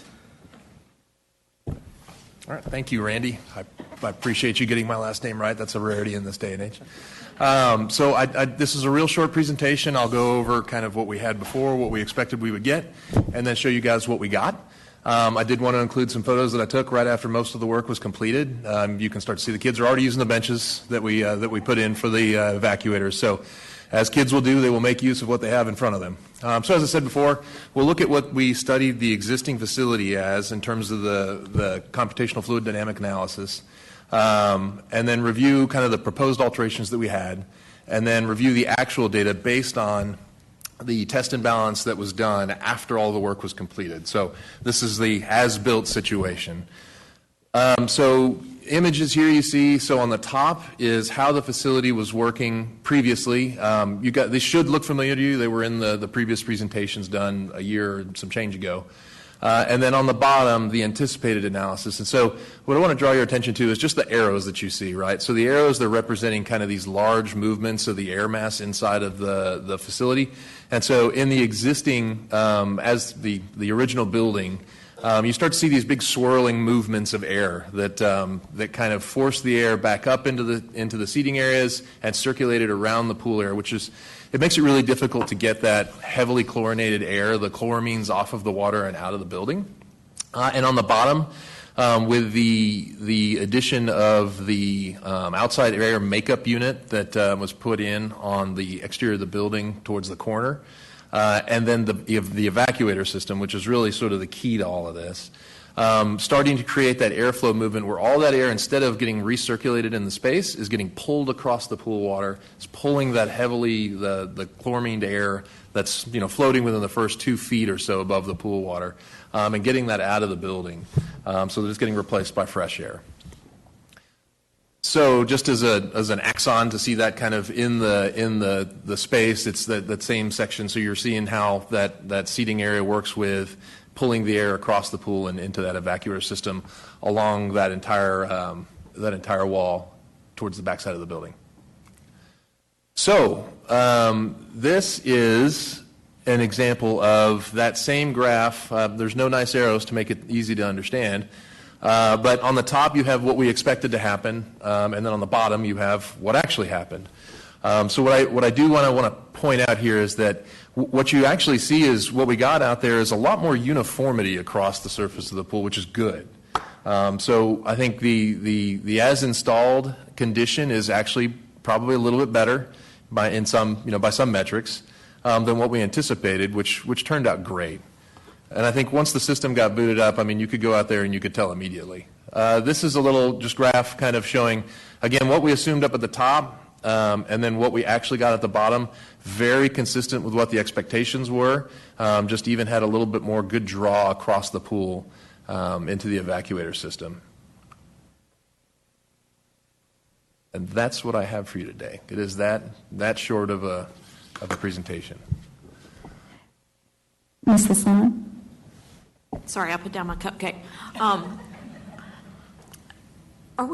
Do we have anything else left to do here? Are we done? So with this specific project, we are complete. I believe the project's actually even been closed out by the boards. We just wanted to kind of come back and show the analysis because the graphics are pretty powerful when you see the actual airflow in there. So we just wanted to kind of report that back. We've got a couple of little projects in the 2024 bond we'll talk about later at that same facility, but that's a different topic. Sounds good. So I'm going to leave it to Dr. Barker here to describe what, as a parent, she smells when she's in there. Dr. Barker. Thank you, Madam President. I spend a lot of time in that facility, so I just want to reiterate, we've been going there for many, many years. My daughter's a competitive swimmer and now a water polo player. Playoffs are next week, by the way, in that facility. So I just wanted to say I can tell a difference as a spectator that the smell is quite different. I wish it could be a little bit cooler. It's a little warm up there in the stands, but there is a distinct difference in the quality of the air. So I am experiencing what you're showing. So thank you. Dr. Bonner. I've really had to reflect on if I want to say anything tonight at all, if I'm just being honest. And so please hear my thoughts as being thankful, but also discouraged. Thankful this is over and finished, and the information shown is, and the what's the kind of the qualitative and anecdotal data by my colleague down there is good. Discouraged that it's taken this long to get here, frankly, and I'm not going to beat the architect up too much here.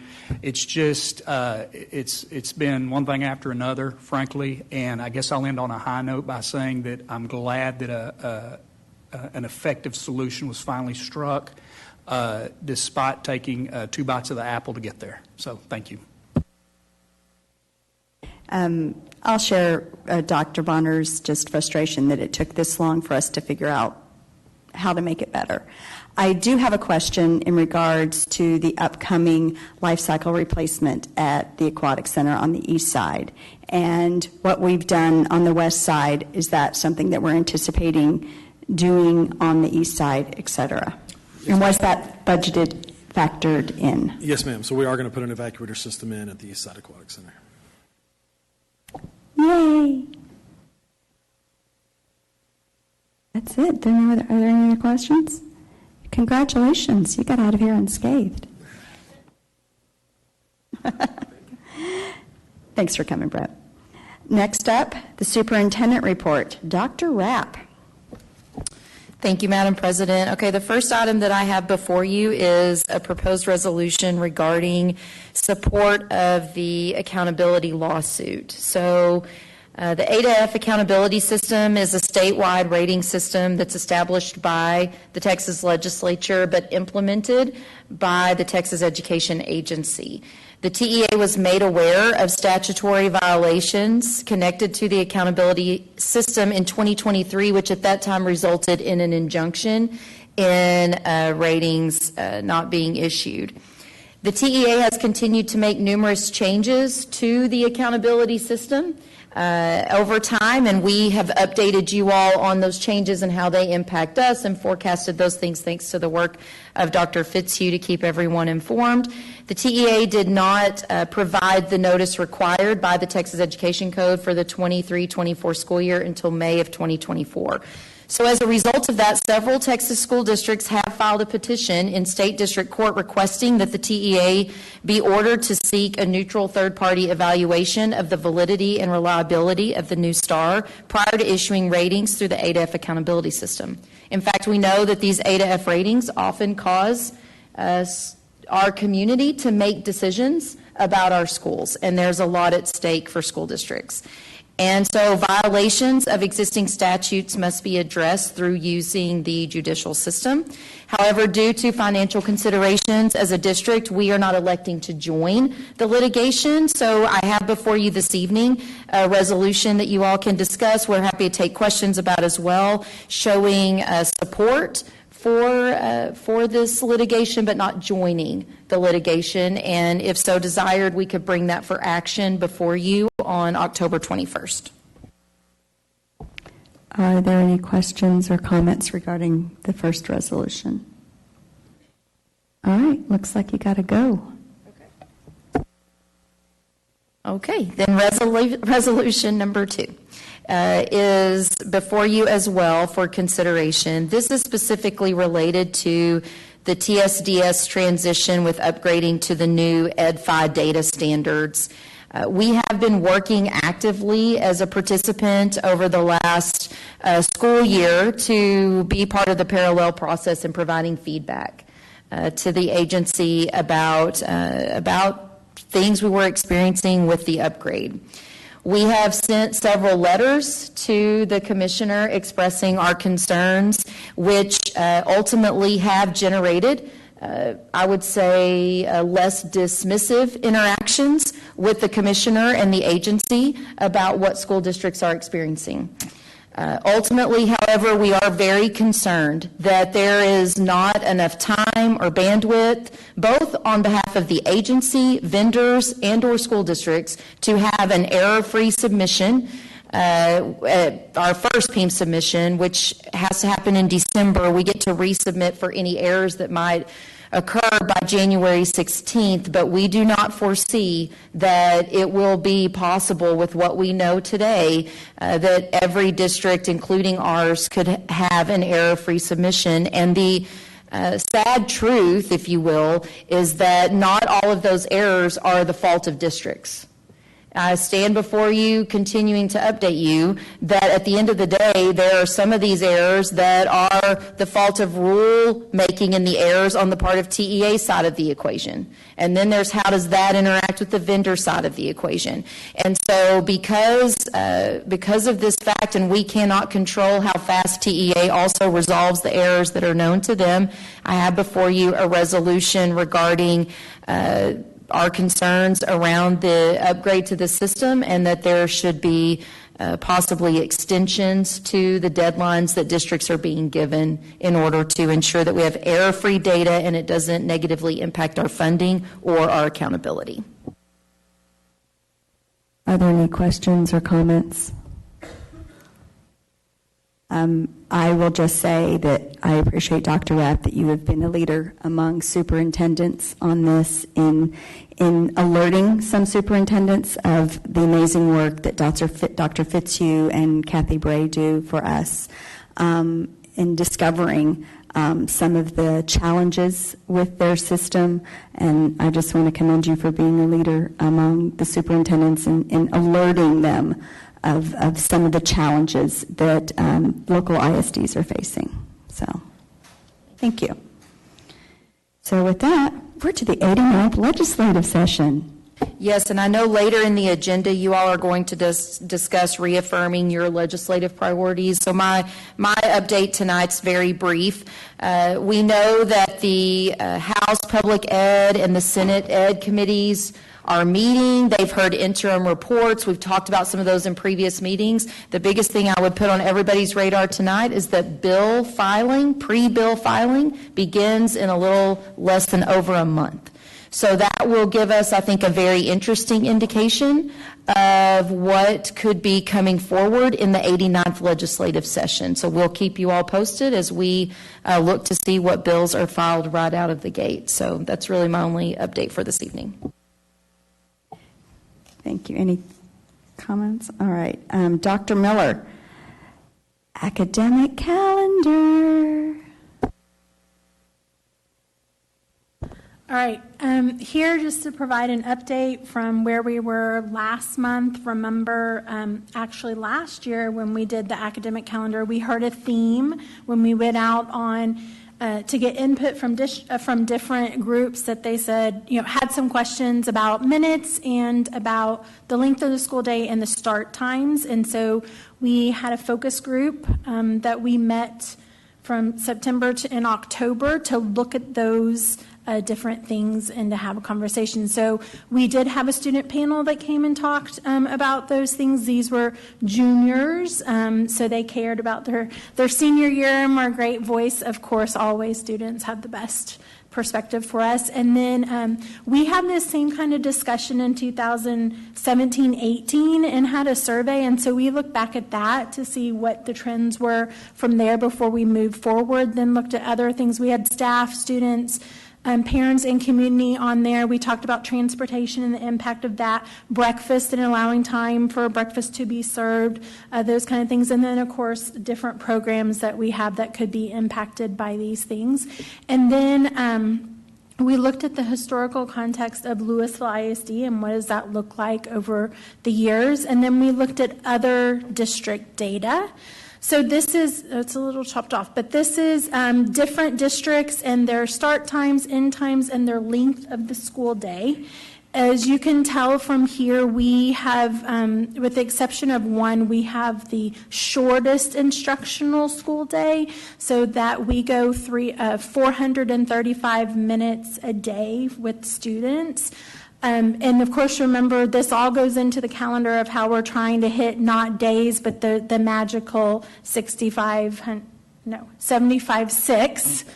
We start calendar this month, so I'll start saying that number all the time. But so we really talked about how even regardless of your schedule, no one has an advantage or disadvantage because we're all trying to hit that number. It's how you make up your calendar to make it work, right? And everyone achieves it a little differently. So some of the things for all those discussions were, we didn't have an unanimous vote on anything. So this was really our first round of input that we want to consider. But there was a trend for increasing the instructional minutes per day just to allow some more flexibility, not like in the COVID time where we banked minutes, but more like if staff wants an extra work day, we don't have minutes for an extra work day. Or if you want a fall break, you have to go longer per day in order to get, like some people are experiencing that right now, where we don't have those minutes to do that. So, and then splitting, so you don't add minutes to the end of the day, but bringing it in. Then interesting, when we looked at the start times, the people really liked having middle school go a little earlier than they do now, but then they don't want high school to go later, which if we have staggered times due to our buses. And so then when I said, y'all just vote, it was just a really nice, clean 14-15 vote. So there wasn't any really standout. Half of them liked it one way, half of them liked the other. So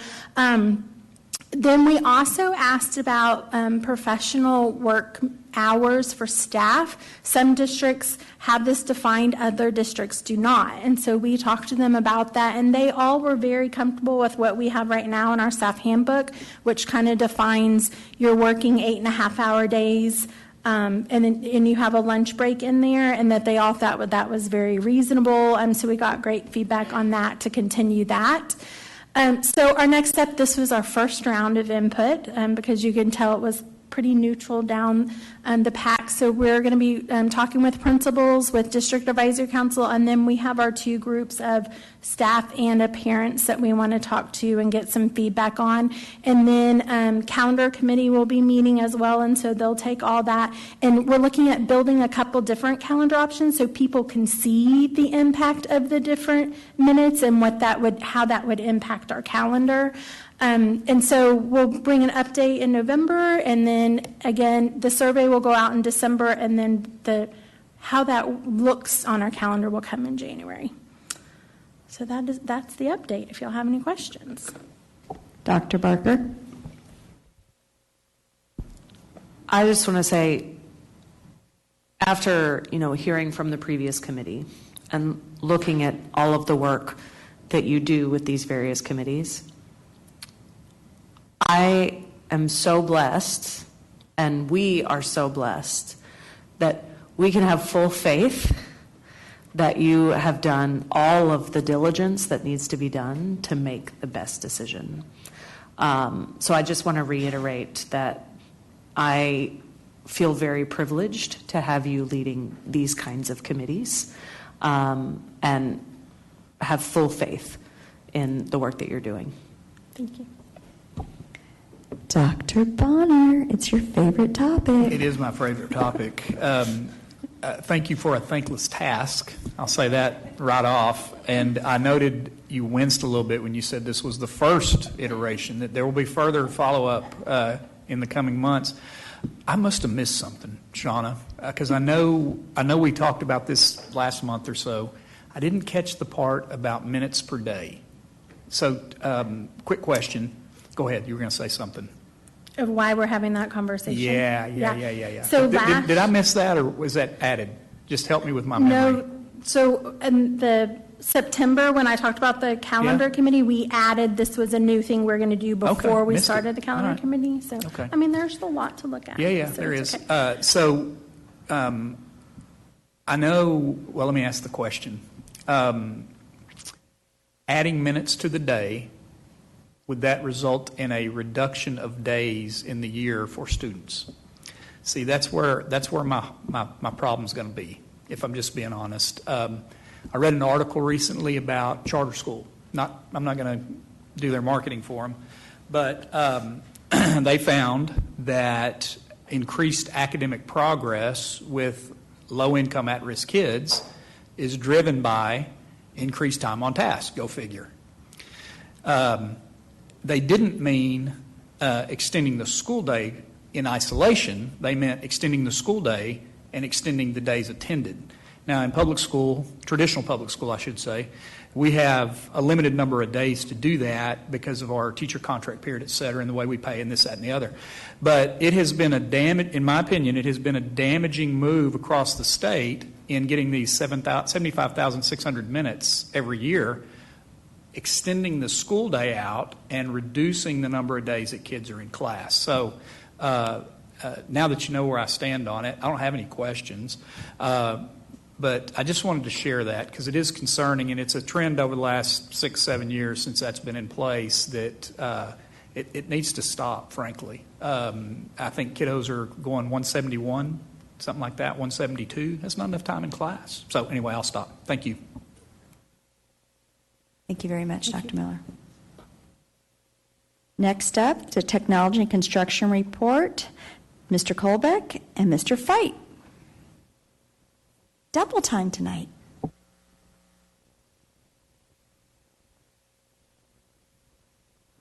It's the Mr. Fight and Friend show.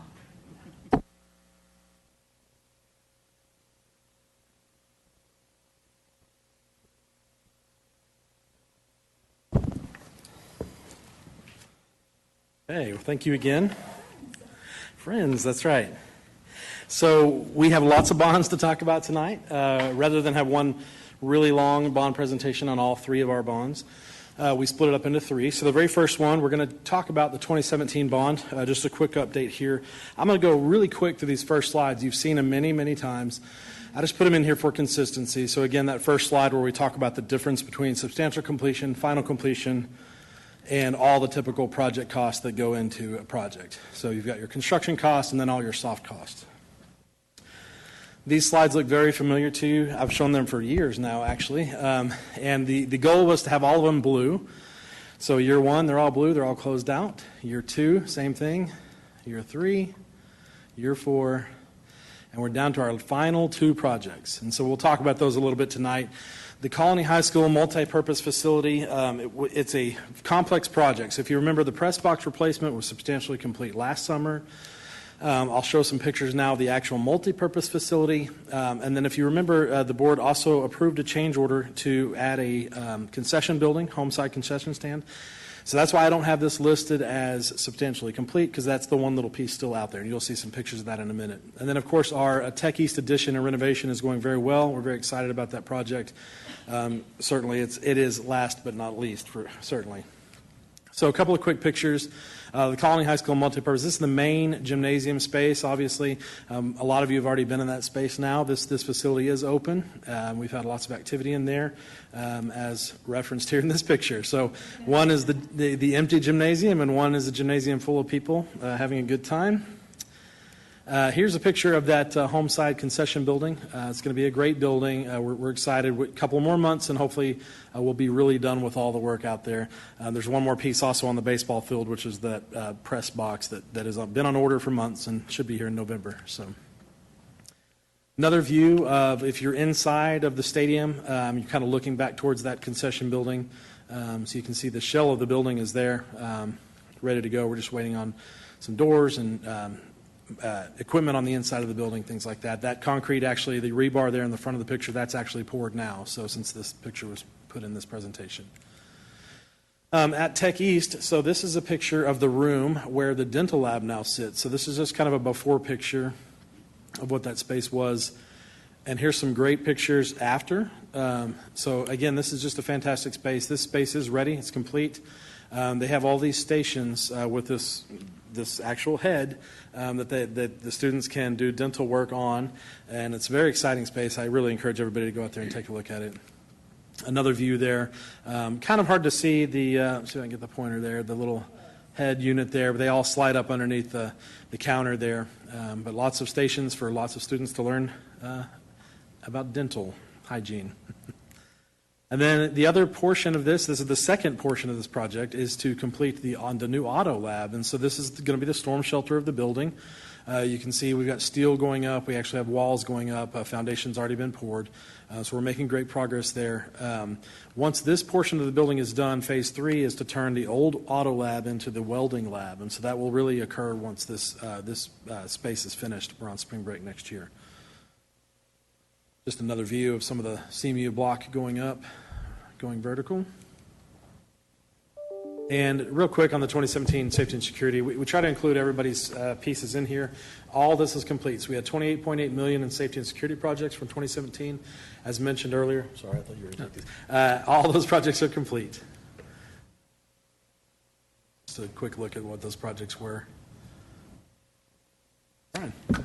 All right, technology time. So similar to Randy, you've seen a lot of this information, over the last couple of years.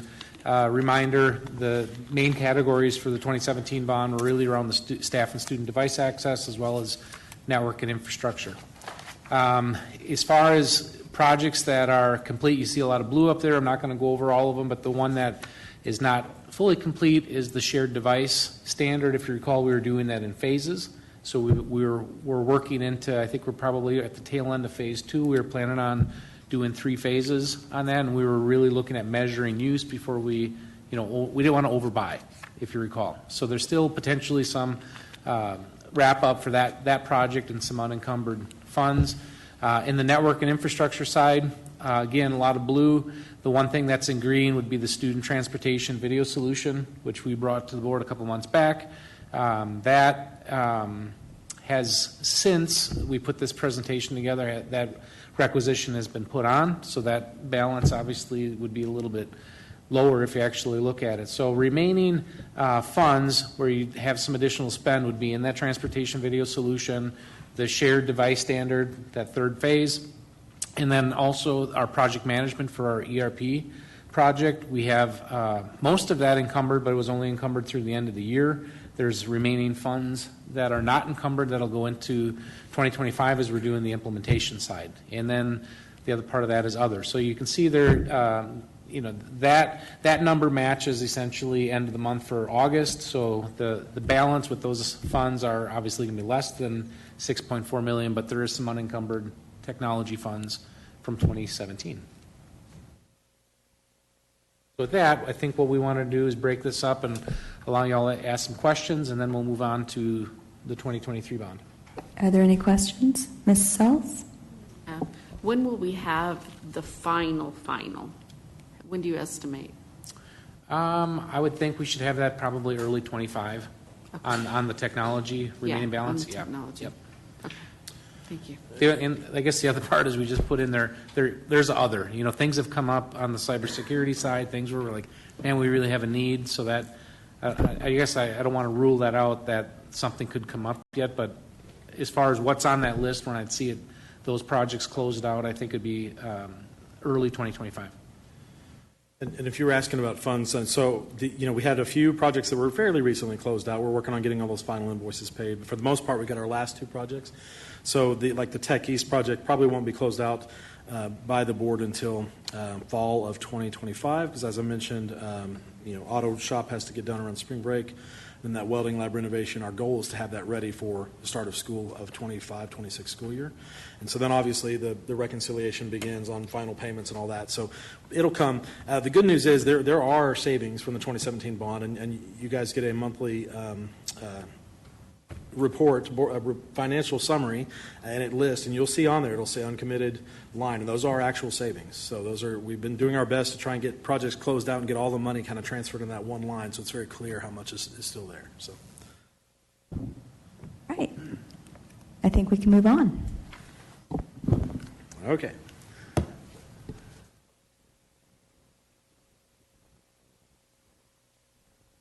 So we're going to talk now about the 2023 bond construction update. So I want to talk first about some things that we were able to get done this summer. So if you remember, when the bond passed, we didn't have a ton of time to get heavy design work done for a lot of the larger projects. A lot of those will really focus on for next summer. But we were able to get quite a few things done. So we got new furniture at 16 different campuses, 8 elementary, 8 middle schools. And here's some pictures to show. So this is the Lamar Middle School cafeteria before. You can see these are the old school cafeteria tables that we're all familiar with. And then here's the new table there. So they actually chose a couple of different styles of table. The one closest to us in the picture there are those actual convertible tables, right, where it can fold down and make a bench, fold out and make a long bench. They also have some of the round tables, which are popular at some schools. And then they've also got these other tables you'll see here. So a variety of seating there. They also added a little bit of color there, their school colors in their furniture. This is a before picture of Garden Ridge Elementary. One thing to just kind of look at, this is perimeter shelving here, some furniture in the middle, and then here's the after. So these are the new flexible, everything that we were putting in these libraries, as you've seen over the last few years, is all flexible. It's all on wheels. The entire room can be moved around. We were walking some schools last week with Ms. Sells, and there were actually some book fairs going on, and it's a very easy accommodation for the book fair. They can just move everything to the side and bring their materials in. So just another view towards that exterior wall there. We can see the upgrades in that library. I wanted to talk real quick about our furniture standards. So we've talked before about the elementary, middle school. Obviously, we did 16 of those this summer. We didn't have any high schools this summer, so it really gave us a little extra time to develop our high school furniture standards. And so our first step here was for high school administrators to be able to visit showrooms of a couple of our vendors just to see what products were even available. After that, they did a pre-fair survey to see what their expectations the campus had ahead of time. They also selected certain pieces to be brought into a furniture fair in-house, which we held at Marcus High School. During the furniture fair, there was actually a live survey that was used to capture feedback as folks walked around and actually got to put their hands on, sit in, feel, touch every single piece of furniture. They were able to go into every single piece and give their feedback in a live survey.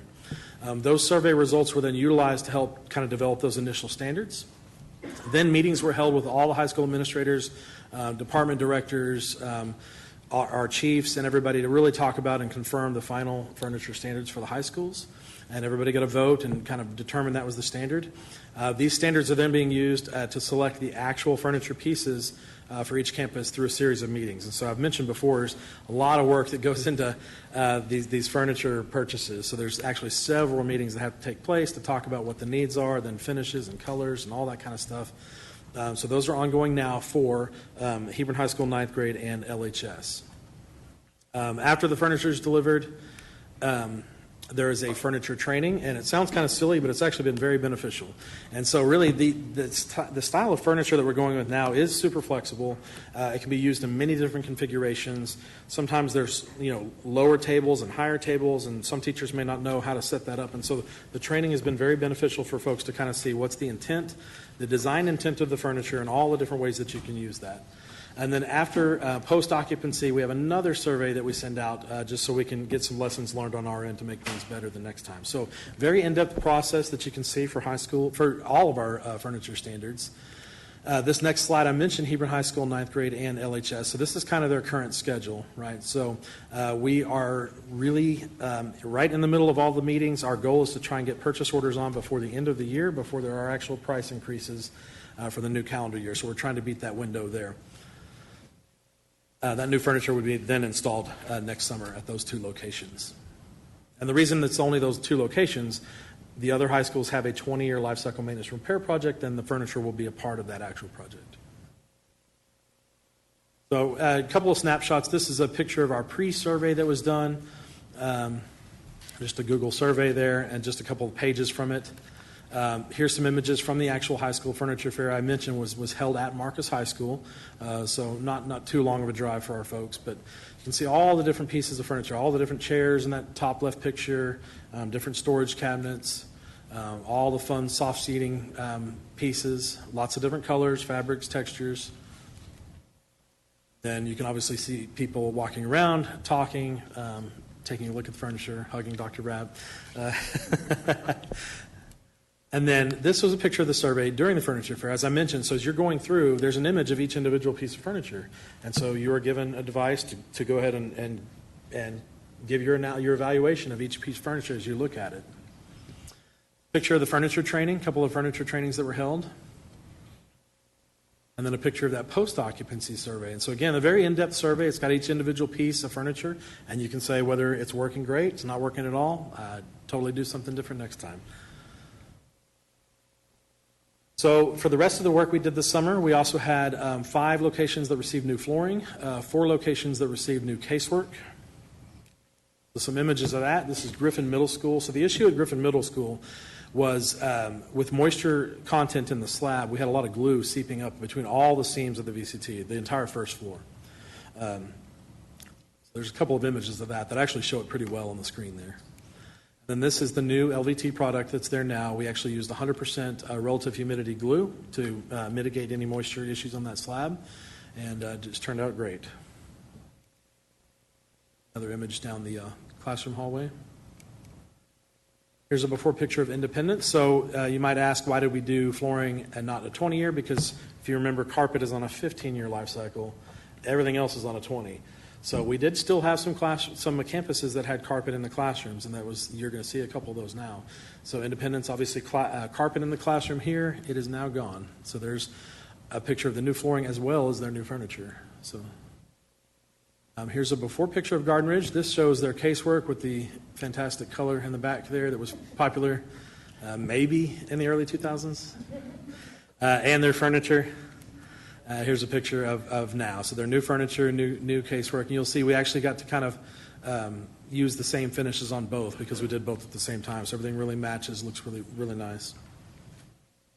Another one of Morningside, same thing, casework and furniture. You'll see this one was blue, casework. After. And Lamar Middle School, casework and furniture. So our middle schools have a lot less casework in the classrooms. They have those couple of the tall teachers' cabinets. Some of the ELAR classes have some bookshelves and things like that. So that's what you'll see here. So we actually put in the casework tall teacher cabinet, and then they've also got a couple of furniture solution storage cabinets, which have been very popular.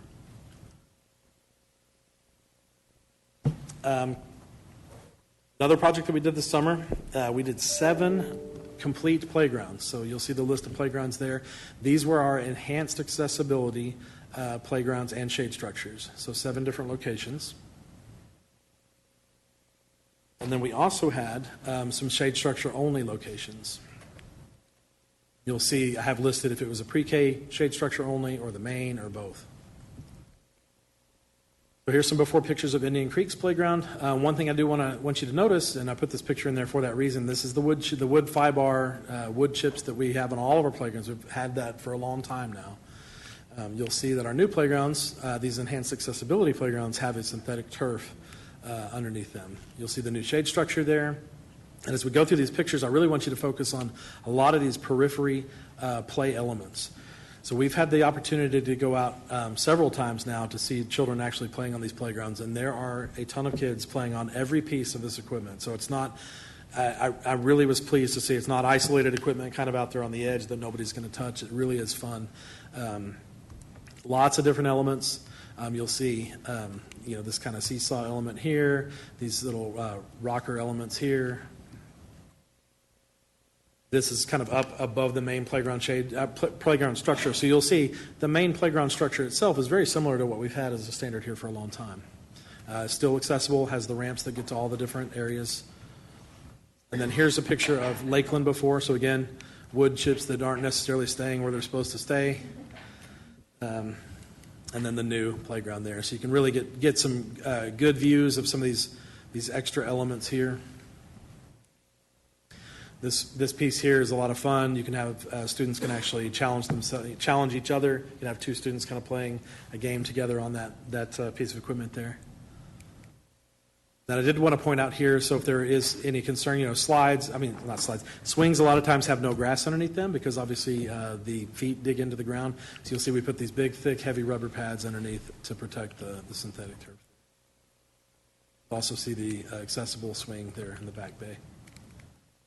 And then this picture here is actually a slide where you can actually use your upper body to pull yourself back up this piece here.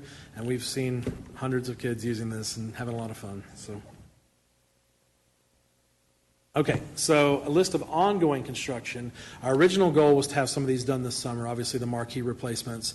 We had a couple of lead time was an issue. We also had just getting the actual quotes in the beginning and kind of getting it going. These are ordered now, and the good news is these aren't things that are going to affect school, right? So we're going to be able to come in as soon as they arrive and get these things placed in there.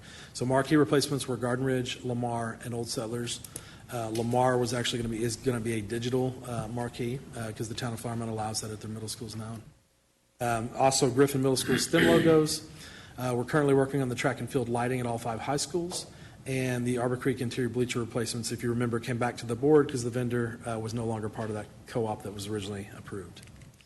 So here's just a design image of what the marquee will look like at Lamar Middle School. And here's an image of what that STEM logo will look like inside Griffin Middle School. And we have a very large list of in-design projects. I went ahead and split these out by the architect or civil engineer, and so you can see Glenn Partners is working on those 2 high schools, VOK, those 3 middle schools. We have McAdams, our civil engineer, working on the Hebron High School traffic signal. You'll see more of these on the 2024 bond, but that is one project from 2023 that they're working on. Stantec has a very large list here of a couple of high schools, lots of elementaries, lots of other miscellaneous, the roofing, elevators, fire alarm, all that. And Huckabee's also got a list, several 20-year refresh, 20-year life cycle maintenance and repairs at elementaries, our new transportation center, and 2 big ones on here are district-wide security projects, one dealing with doors and hardening, and the other dealing with just security systems in general. So our goal for all these is to start construction next summer. So we have a lot of work going on, a large task ahead of us, but that's kind of the list there. And I'm going to pass this to Ms. Drinkwater to talk about fine arts updates. Thanks, Mr. Fighting. Good evening, everybody. We have been so excited to deliver some of these musical instruments. We included a few photos for you. We're a little over halfway through the piano replacement project for out-of-lifespan instruments in those classrooms and areas, and so our elementaries are fully taken care of now and at an equitable point, and we have finished up middle school choir rooms, and we're moving on to some of the practice areas and high school areas as we speak. So a little over half done with the piano project. We also have the secondary band and orchestra instruments that are being delivered almost daily to our schools. And so we have a couple of examples. These are after photos. I should have included the before photos of these students with their previous instrument, but it's been very gratifying, and they are so very appreciative. I wish you could hear all the words that we hear on campus of thanks and appreciation of the support to put these items on the bond. We have a few categories that we're working on, and they have been priced at different points in time. So we'll continue working in each of the categories until we hopefully complete this effort by June of next year. And then our box truck project is ongoing. We really appreciate the assistance of Mr. Martin and his team for shepherding us through this very important project that involves safety components for staff and students. And so we are still getting finalized pricing with all of the needed features for the programs. And once we do, we have selected a vendor and a foundational manufacturer, but we have not gotten all of the little pieces solved yet or resolved. And once we do bring it to the board, there will be about a 6 to 9 month delivery plan on those trucks that we hope to have them on the road next fall.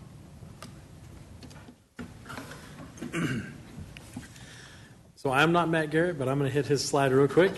A couple of things. So these projects were all listed on the project list that I had before, the architect list, where it was kind of hard to read.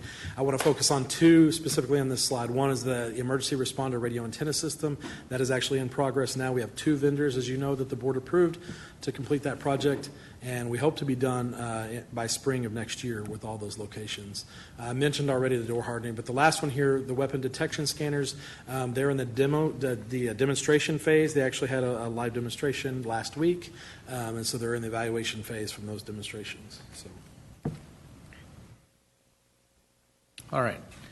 Thanks, Randy. On the technology front, we were, as you know, the timing of the bond, we had a lot of projects queued up, ready to go with anticipation of that. So we had a really busy spring and through the summer. So on the categories of work under network and infrastructure, we've updated, or not updated, we replaced the data center, our UPS, basically our battery backup system.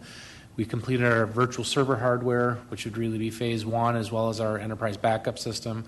On the security cameras, if you recall, we replaced that system. We needed to update storage as well as the compute there. And then on the staff and student device access, early in the it was early 2024 project. We replaced the laptops for staff, and then Ms. Jacobson and her team have been working hard on trying to update devices for students. So just want to put that into perspective. You know, I think we got 11 days left of this project right now that we're doing the deployments at the high schools, and just on the iPad alone, they're going to have, you know, since essentially this summer and as kids came back to school, they'll have replaced around 34,000 iPads. So if you just think about the handling, the prep, all the logistics of that, in addition to the 5,000 MacBooks, that's like 40,000, you know, devices that you not only deployed, you collected. So just a major undertaking and a big project, because as you know, the stuff that we had was aging, as we show in our monthly board report. I also put in yellow here, I just want to point out, you know, what we're going to be working towards through this program is to try to annualize this. I've talked about this over the years, that it's such a heavy lift to do that. So what we're trying to do is move inventory around, shift it so that essentially we're trying to onboard 4th grade and 9th grade annually and try to operationalize and annualize the spend and the work. Another item that's completed would be the contracted services. Obviously, we needed to supplement some of our staff to do that kind of project. So there are, as I said, about 11 days left in that project. But as far as spend in the contracted staff area for student and staff devices for 24-25, that'll be completed. Unlike Mr. Fight, we didn't do a great job of doing before and after pictures. So this is just a few shots of what our new battery backup system looks like in the data center. In addition to that, you see this is more of logos, but actually our communications folks snap some pics to show some of the gear that we have in there. But bottom line, the takeaway on this with the storage and backup system, you know, what we're getting out of that is much longer video retention. We're getting much better performance, and we're getting much more secure and reliable backups. So those were big projects for us to complete, and I think it helped Matt Garrett's team as well in safety and security. These are some pictures of our staff laptop deployment from spring of 24.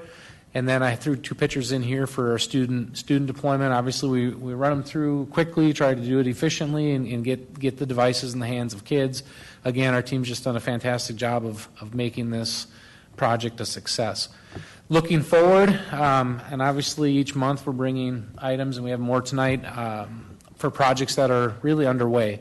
So things that we're working on actively is our classroom AV. We have a bid that we have going on. We've talked about our fiber WAN. We're working on a private LTE, fire suppression in our data center, campus sound and paging updates. On the area in this bond, we had projects that were tied to safety and security that were really more managed around technology. So we're working on our cellular distributed antenna system, which should help provide better cell coverage in our buildings.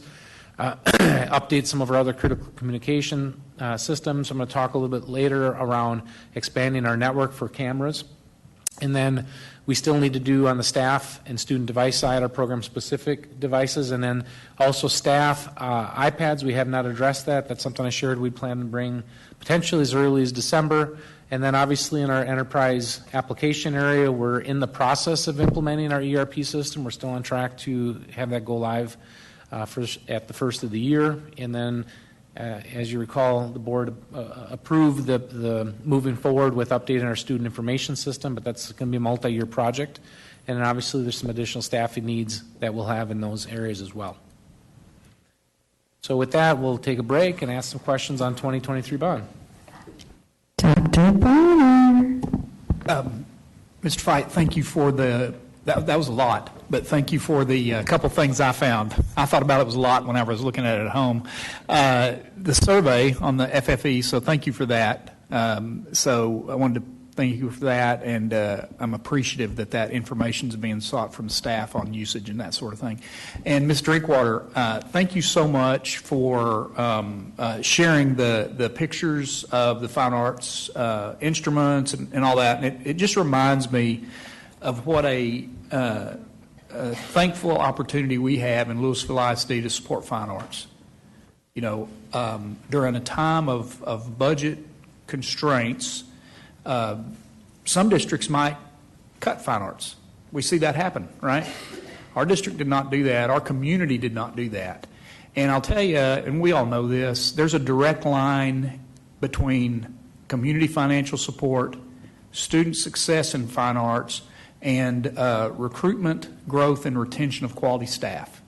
And so I'm just appreciative you shared those pictures tonight to drive that home. So thank you. Ms. Wilson? I'll just piggyback off of what Dr. Bonner said about fine arts, because I'm a full-blown band mom now. As I was telling Ms. Drinkwater about it a minute ago, and it's not just our band, but we do amazing things district-wide.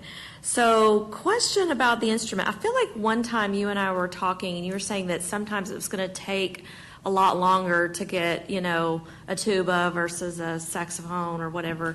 How is that going? And are you still thinking you're going to replace everything you want to replace by June? Or tell me about that. We do. We think it's going very well. The items that have a longer lead time look like they're about at 180 days instead of 500 days. Oh, so yeah, that must have been what it was that when we yes, talked before, yeah. There could still be shortages with handmade items. Anytime you are ordering something from overseas, there could be impacts to that. But the relative delivery time has been a little more positive than we thought, and we've had some positive pricing things as well that we weren't expecting. So it's going very well. Good. Thank you both. And are we refreshing all of our school-owned instruments? No, ma'am. We have what we put forth to the bond was a plan to replace half of the instruments that were out of lifespan. Okay. And we are on track to do that. Okay. Here's another question. This is maybe a little bit silly, but it won't be silly to some people. On the box trucks, because again, sorry y'all, I'm just going to be obnoxious a little bit. I'm now the band mom. And I'm looking at all the trucks and things that go. I know some of them are, booster owned and what have you. The box trucks obviously will not be. Are they going to be, because now, I'm sure the boosters or whoever rents the box trucks, and so parents can drive. When we have these other box trucks, are volunteers going to be able to drive those, or will it just be district employees? It will be cleared volunteers as well as employees, so they have to Okay. go through the driver's license process, but those that are cleared will be able to drive them. Okay, that's probably a good thing.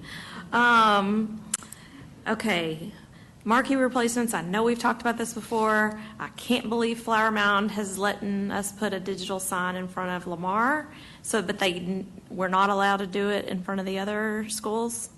That's correct. Actually, so the ordinance was changed right before we actually had y'all approve that pricing item, so. I still can't believe For that. middle schools only. Elementary still cannot have the digital. I need to look up that ordinance. I'm curious about it.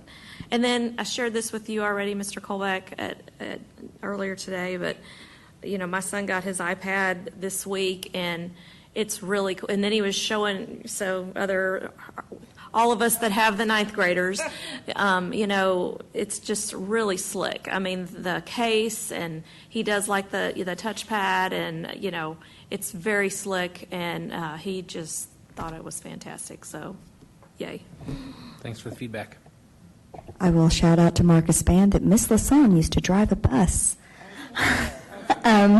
Just since you brought it up, I thought I'd put it out there in the universe. Ms. Posnick, she did drive a bus at A&M her time there. That's right. Yeah, I'm just saying that she might have the proper licensure for the box truck. Ms. Taylor. Barker was going next. All right.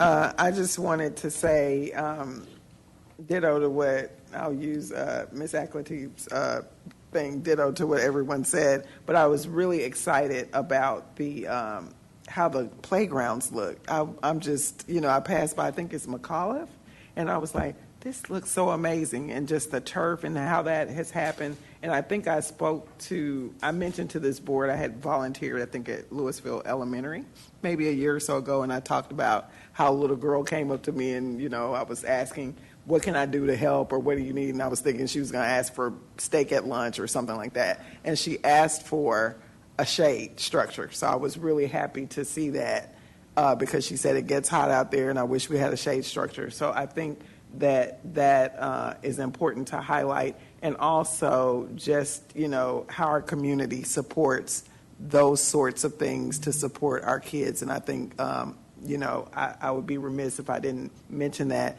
And again, thank our community for coming through for some of these items that people think, oh, that's a nice to have or whatever, but things that really support our students in their learning and just their extracurricular activities, which are all a part of learning.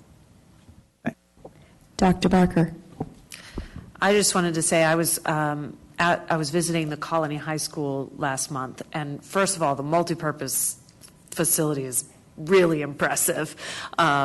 So that was the first thing. But then the second thing is they were doing the student rollout while I was there, and it was as if nothing was going on. Like, it was very little disruption. It was very smooth. They had different stations set up for if you had already done this, you go here. If you hadn't done it, you go here. I mean, it was very, very smooth. So kudos to your staff for keeping that rolling and being as little disruptive as possible to the instruction. Yep. Thank you. It's great feedback. Ms. Akatib. Yes, I'm going to say ditto, Ms. Taylor.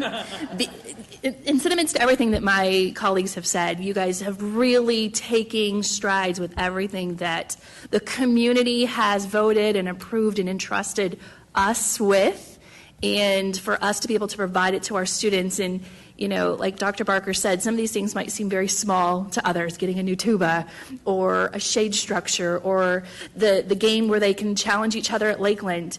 Those are important to our kids, and that's important to that learning process and that building relationships for our students. And so thank you to our community for acknowledging that and allowing you guys and us the opportunity to be able to provide that. And the rollout has been great. I was also a part of one of the ninth grade distributions. It went great. They had the flyers. Everything was seamless. So thank you to your team, and thank you for everything. And I thought Allison was going to steal my thunder on the box trucks. She'll drive it, but I have an idea to wrap it so that we can market it. So there we go. Ms. Sells. Well, she stole my thunder on the box trucks because I think they would look good wrapped in Stantec. There's an option, We got somebody in the audience, And if Stantec doesn't want it, we've got DACU, we've got Point Bank. It would be amazing for us to wrap those trucks in different supporters. But I just want to say thank you to Mr. Fight and one of his staff who took me around last week, and we have another little go around, a little short one this week, just to look at some things because, we're part of this process, but sometimes we don't get to see what it ends up being. And thank you so much to our voters. I wish I could have taken everybody who voted for those bonds along with me to see, because I walked away from there that day and I sat in my car and I just cried because it hit me. Because when we talk about furniture, most people think we're talking about student desk or whatever. And that was a big part of it. We talked to several teachers who the different varieties of furniture has allowed students in their rooms to learn. Because what we know is that students don't all learn the same. But what really hit me, and there's options. Because you don't know who the students are that you're getting in your class that year. And so there are options available in the classroom. They don't have to go beg. They don't have to go spend their own money. They don't have to go borrow from another room for that. Even the librarians. I couldn't imagine we were in the same room because the beast of the checkout desk were gone. And they were allowed. And what really hit me was just as our students don't learn the same, neither do our teachers don't teach the same. Our librarians don't librarian the same. And we gave them all the options to do those things that they find important for their gifts. And that's really what really struck me. We saw a teacher in a room, and I can imagine now that I see those pictures, she was probably sitting at that desk, and one by one those students had to come up to her desk. Well, now she's got a desk, a teacher desk that she can raise, and guess what? She can roll that thing all around her room. Her students stay at their places on task until it's time for her to interact with them or if she has questions. And it has allowed her a new opportunity for growth as a teacher. I mean, it was just amazing. And then the shades. I can remember being at Southridge during a playground period, and here were all the kids. There was an area about this big up by the gym that had shade in it. And there was 120 little kids playing in that one area with about 5 balls because they were bouncing them back and forth on the wall, and that was the only area they were playing in. There wasn't, and I mentioned it to you when we were leaving that day. I said, look, nobody's in the shade. Nobody's in the shade. They're all out here. And they were all interacting. There was not one piece of that equipment. And I am amazed at how many kids can get on some of those little outer pieces. It was amazing. And they were scooching over and making room for their friends. It was just amazing. And to me, that just provided, when they were all in this little shade up by the gym, there wasn't much brain breaks going on. They were going back into the classroom and still needing to get out energy because what were they doing right there? And I just thought, these kids are set for success the rest of the day today. This afternoon, they're going to be in their chairs. They're going to be focused because they've gotten all that out. And it was just amazing. So thank you to our voters. Thank you to our staff. The other thing that I was curious about, because I was like, well, how did the survey go? Because I'd probably be that one person that, like everybody else would, like I'd be in the 49, and everybody else would be in the 51. And they said no, it was very clear. Once they got the furniture into the furniture fair, it was very clear that all the teachers gravitated toward one desk. Everybody, campus leaders, gravitated toward one type of student learning. And so, but thank you for involving them. Thank you for giving them a voice. And thank you for allowing them, because that student, once again, as Ms. Prozek said earlier, what you have presented here tonight touches every cornerstone. Our student learning, our student experience, that little kid who couldn't sit there and kept rolling his chair back, and then he got one of the little mushroom guys to sit on, and now he's successful. Oh my goodness. How's his student experience? He can come to school and learn, and he can love to learn because he's not getting told not to roll his chair 10 times in an hour every day. And then the community engagement. Our teachers are our community. Thank you for involving them on those choices. And then, of course, our financial stewardship. I don't know how y'all do it. Make our money, you make that dollar go get the bang for our buck. So thank you all so much. I mean, it was just, I walked away from there that day, and it was just heartwarming. It was like, this is what I do for no pay. Okay? And it made it worth it. Thank you. Absolutely. Thank you for the kind words. And I'd be remiss if I didn't thank my team. They did a lot of the legwork on all the furniture surveys and all that. So thank you very much. Thank all of you.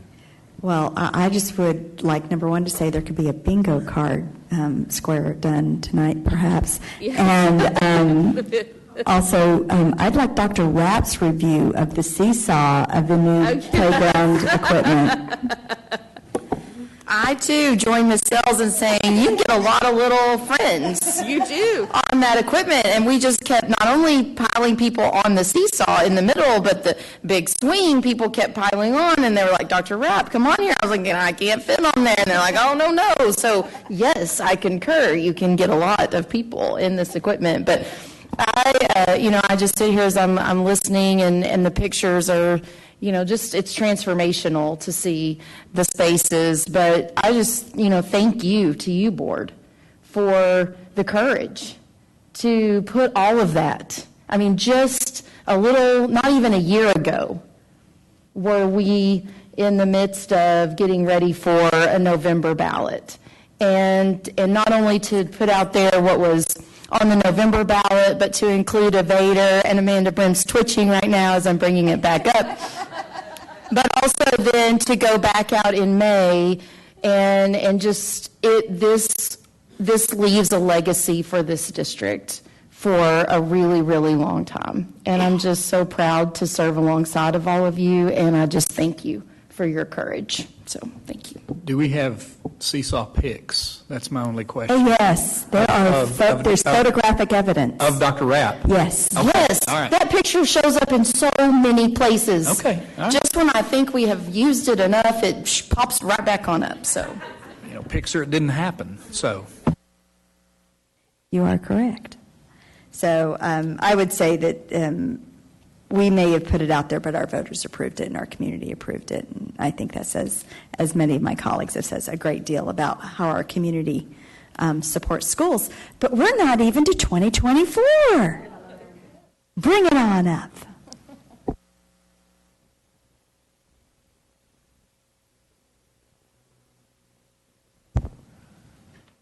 But wait, there's more.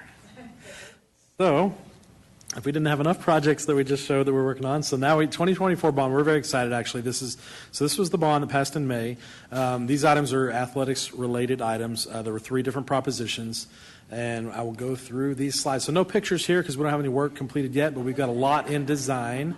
I took a similar format and split this into by the architect or civil engineer just to keep it kind of clear.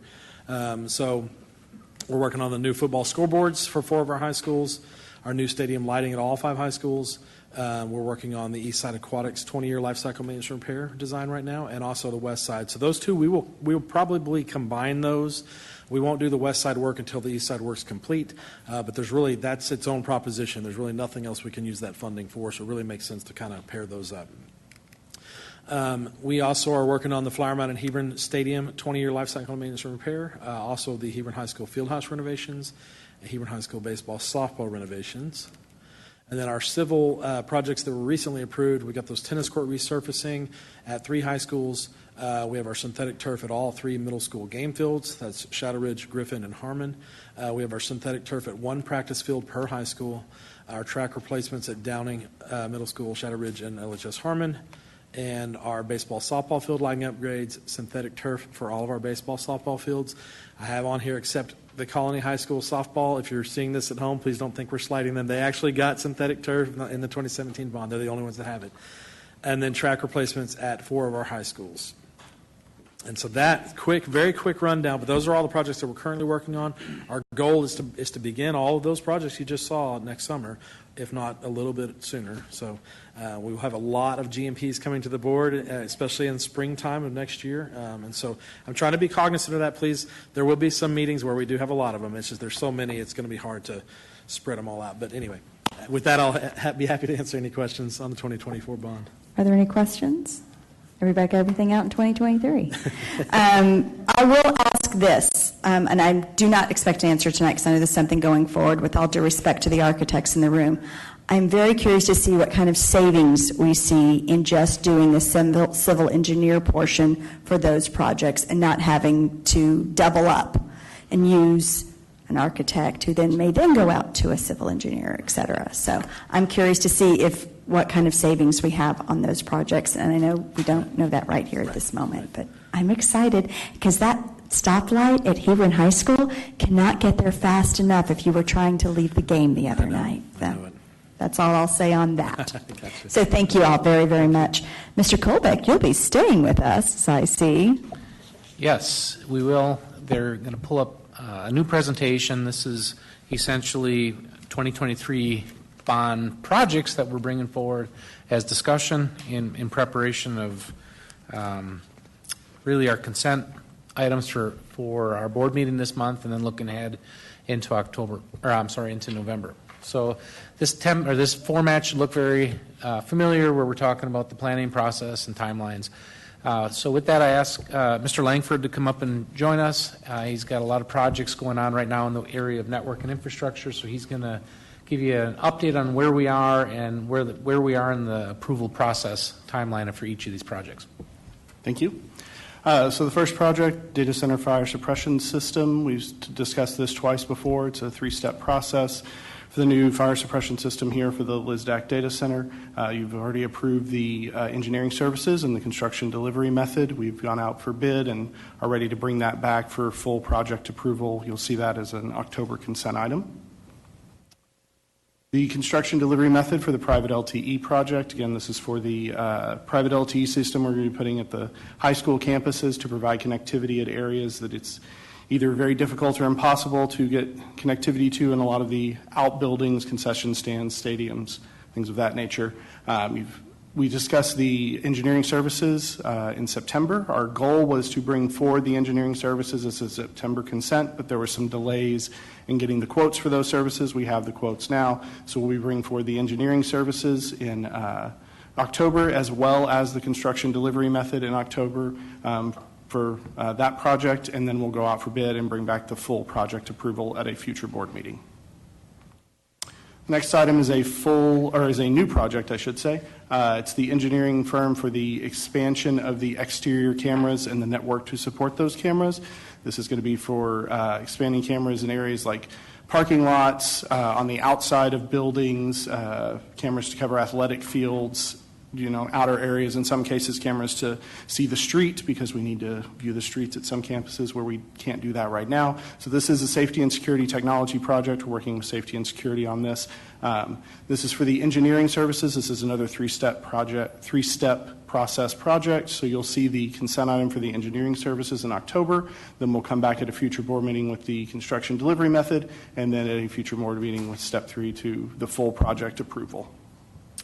And I want to touch on this too, because I wrote about it in the, maybe 2 weeks ago in the board letter around this topic, title changing a little bit. We were talking about this as really expansion of our wireless network. And really, I just want to point out the idea of the private LTE plus this, maybe in combination with some exterior wireless. We're very likely going to need all of them because of the complexity of it might not make sense to use, extend our wireless network to a certain point where private LTE may give us the coverage, and it's a much more cost-effective way to do it.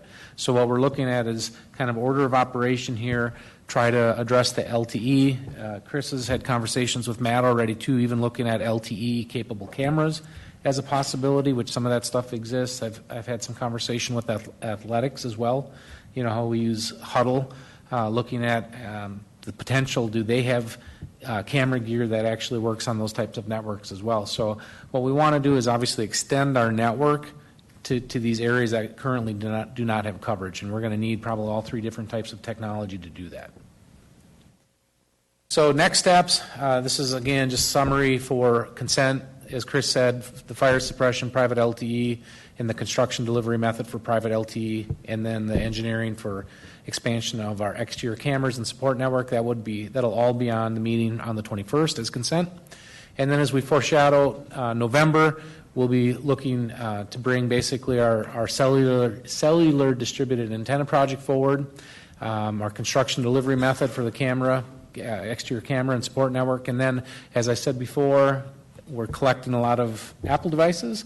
So we're not going to have them all collected, but our team has been prepping that to kind of have a line in the sand saying once we have X number, we're going to try to get that stuff out and bid. The sooner we can get it bid and available to sell, the higher the value. So we're trying to move it as quick as we can. But that we're anticipating to discuss that in November in preparation for potentially a December consent. So our November consent would follow which we've already talked about, the equipment and services for our WAN fiber ring. This would essentially be the stuff, right? We've gone through a three-step process. Now this is the stuff that we'd be bidding out to put in. We would be looking at our cellular distributed antenna system project, as well as the construction delivery for the cameras and support network. So with that, I'll open it up to any questions if you have them. Are there any questions? All right, thank you. All right, thank you. Moving on.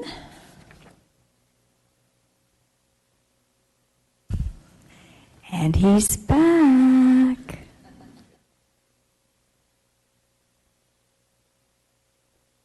Mr. Rare, Finance Report Part 2. Okay. Mr. Fight will be presenting this first item. It was nice of you to join us tonight, Mr. Rare. So I promise this is the last time you have to hear from me tonight.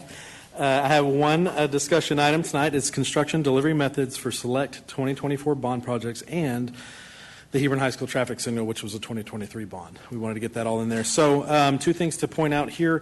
At the February 5th work session, we went kind of in depth about all the different delivery methods. And so as I talk through kind of what our recommendation here is, just keep that in mind. Construction manager at risk, CMAR, is our typical delivery method. If we do anything different, we bring it, and that's why I'm here tonight. And then at the September 9th board meeting, our civil engineer selections were made. You just saw the list of all those projects, and so these will look very familiar to what I just spoke about a minute ago. So the following projects utilize very few different trades to do the work, and as such, the overall management of the project is much easier, and the use and fees associated with the CMAR delivery method are less justified, we feel. So the projects we're looking at are the football scoreboards. We have the two lighting projects, the high school stadium lighting and the baseball softball lighting, the tennis court resurfacing, all the turf projects and the track projects, and the Hebron High School traffic signal.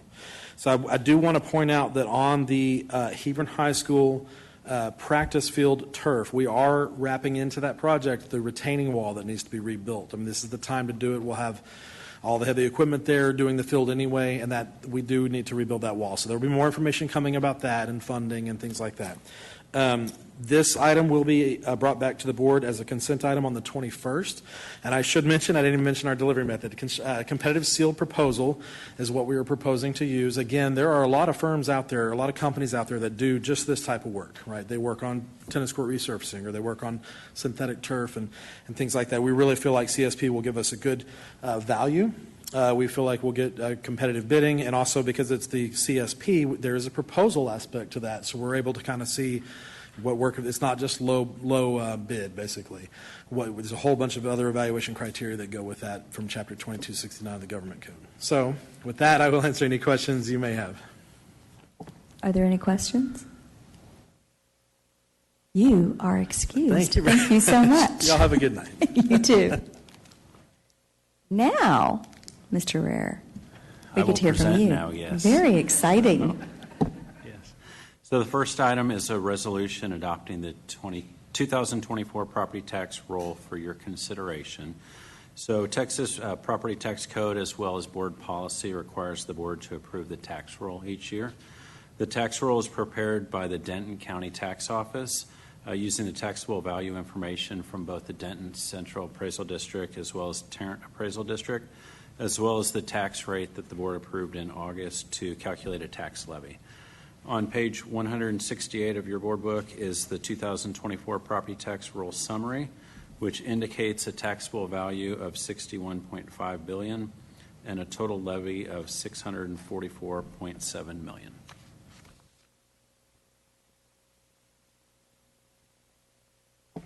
Are there any questions?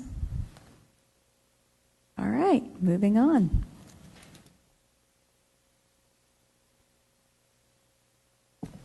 The next item is the Texas Cooperative Liquid Asset Security System Trust, or Texas Class Investment Pool.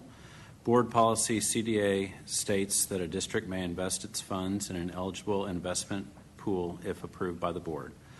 The Texas Class was established in 1996 as a local government investment pool, and it currently has investments from over 250 school districts in Texas. We are currently investing most of our investments in one investment pool, and so utilizing Texas Class would provide another option to help us diversify our investments. And so included in your board packet is a resolution to participate in the pool, and then that would be coming back on the 21st for your consideration. Are there any questions? All right, moving on to consent.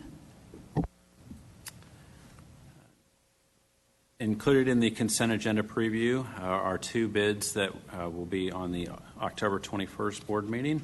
And so I just wanted to highlight the two tonight. The first one is instructional material asset recovery, recycling, disposal, and related services. This RFP is for the recycling and disposal of outdated instructional materials, which could include out-of-date adoption textbooks, workbooks, as well as out-of-date paper instructional materials. There's no anticipated cost for providing this service, and the district may actually receive some revenue for the recycled materials. And then the second one is the RFP or RFQ for real estate broker services. The district has received real estate broker services since November 2018. The district has sold 13 declared surplus property site buildings over the past 5 years. The current contract is scheduled to expire on October 31st. And through this RFQ process, the district has received responses from 2 qualified brokers, and we'll be bringing a recommendation back on the 21st. All right, are there any questions? All right, thank you very much, Mr. Rare. Next up is the Board of Trustees report. First up is reaffirming our legislative priorities. It's really easy because we only have one. We have, one ask and one action of the legislature to increase the basic allotment for everyone. It's pretty simple. The other thing, and that came from our legislative advocacy committee that myself, Ms. Akatib, and Ms. Sells sit on, and that this board reaffirmed. I would say on behalf of advocacy, your greatest advocacy you can do is vote. Today was the last day you could register to vote in the state of Texas. Early voting starts October 21st, and the LISD Council PTAs will be holding a forum on October 15th from 9 to 11 a.m. at Tech East, when they are also going to be recording it, which would give you an opportunity to hear from the candidates. And I would encourage everybody to do that. I would encourage everyone to become familiar with our one ask and our one action for the legislature, and just reaffirming that as our stance as a board. So there's that. Moving on, for our board committee updates, the audit status report, Ms. Sells and Dr. Miller. I'll defer to Dr. Miller first of all, but we did meet with Dr. Miller, and so she can give you, if she gets a mic that works. Yep, Okay. it works. All right. You got a copy of the audit tracker, so just wanted to highlight a few things that we have progress on since our last update, which was in April. The procurement audit recommendations were now updated and included in there, and you'll notice there are some recommendations that have been put on hold in HR and in transportation due to budget constraints, so you'll notice that.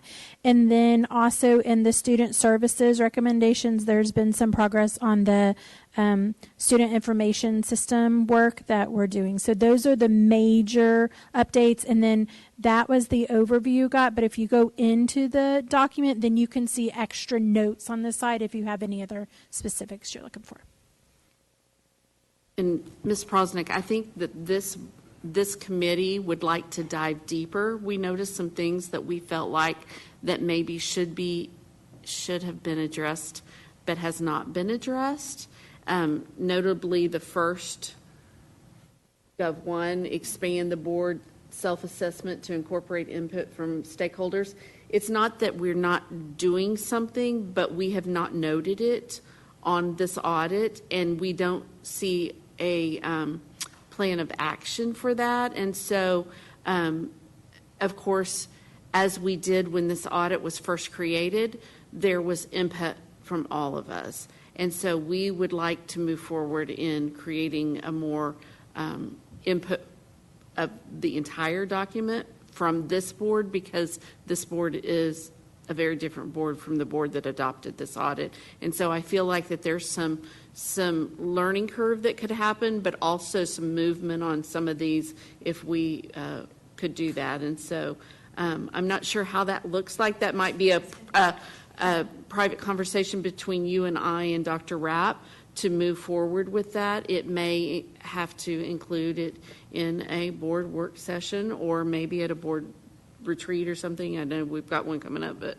you probably already got that planned. But I just feel like that in order for this to not become stagnant, I really feel like that this board is lacking some of the knowledge that the previous boards had. And I would love to expand that knowledge of this board. So. Very good. Happy to have that meeting. And just we are scheduled to meet in what, November, I believe, and the three of us have homework to go in and really like look at each one and question some of them and be like, okay, well, this doesn't really apply anymore. Based on her notes, but just really see if there's some that we want to just move on. And basically at that meeting, maybe bring forth some recommendations from this committee, but also this is this board's document. This is not a committee's document, but of course we'll do our due diligence and our homework. We are meeting in mid-November, and then so it would need to be after that. So, would you please name your committee members? Oh, I would love to name my committee members. It is Ms. Lasan and Ms. Alkatib. Thank you. Thank you all for doing the work. The superintendent evaluation update. Ms. Taylor. Thank you, Madam President. The committee made up of Ms. Lasan and Dr. Barker, we met on October 3rd with Dr. Fitzhugh to talk about the superintendent evaluation tool. And from that meeting, we want to get a PDF copy of the tool out to the board just for feedback to see if you have any changes or if it worked well or what didn't work well, so that we can get that incorporated into that tool. We will also communicate our timeline, which appears to be unchanged from the prior period, with the January and May important milestones. So that is the report of our committee. So that's my question on the PDF. That, like, when do you want that feedback? That would be. I will probably send it out tonight in maybe, 2 weeks. Is that enough time? Put a deadline on it. We're good with deadlines around here. I'll put a deadline on it. Thank you. All right. Thank you. Dr. Bonner, the Appraisal District Board of Directors update. Yes, ma'am. Thank you. Board, Dr. Barker, and I almost said Dr. Prosnick. Dr. Barker and Ms. Prosnick and I met electronically, 4 or 5 times, seems like. and talk through our Denton Central Appraisal District recommendations. Actually, the action item has a pretty good amount of detail about kind of where DCAD's been and our nominees, which I'll get to in a moment, and then also a timeline. And so I would point out that one thing I found in putting this together, that there are 473,000 appraisal accounts that DCAD administers on our behalf, and every taxing entity in the district, in the county. 240 billion, and they serve 111 taxing entities. And I'm going through this in detail because, a couple months ago they had made a request for some additional monies, which we begrudgingly gave them. I think we recognize that they need it, but I think we also recognize that the funding mechanism for DCAD is broken based on our school finance model. And so that's why I'm elaborating on this, that the issue isn't with DCAD and the work they're doing at all. It's with ensuring that one organization is funded by another one who doesn't have adequate funding for themselves. So let me get off my high horse for a second and just tell you that Ms. Prosnick and Dr. Barker and I are pleased to nominate the following folks: Alex Buck, Mike Hennifer, Ray Martin, and Ann Pomacall.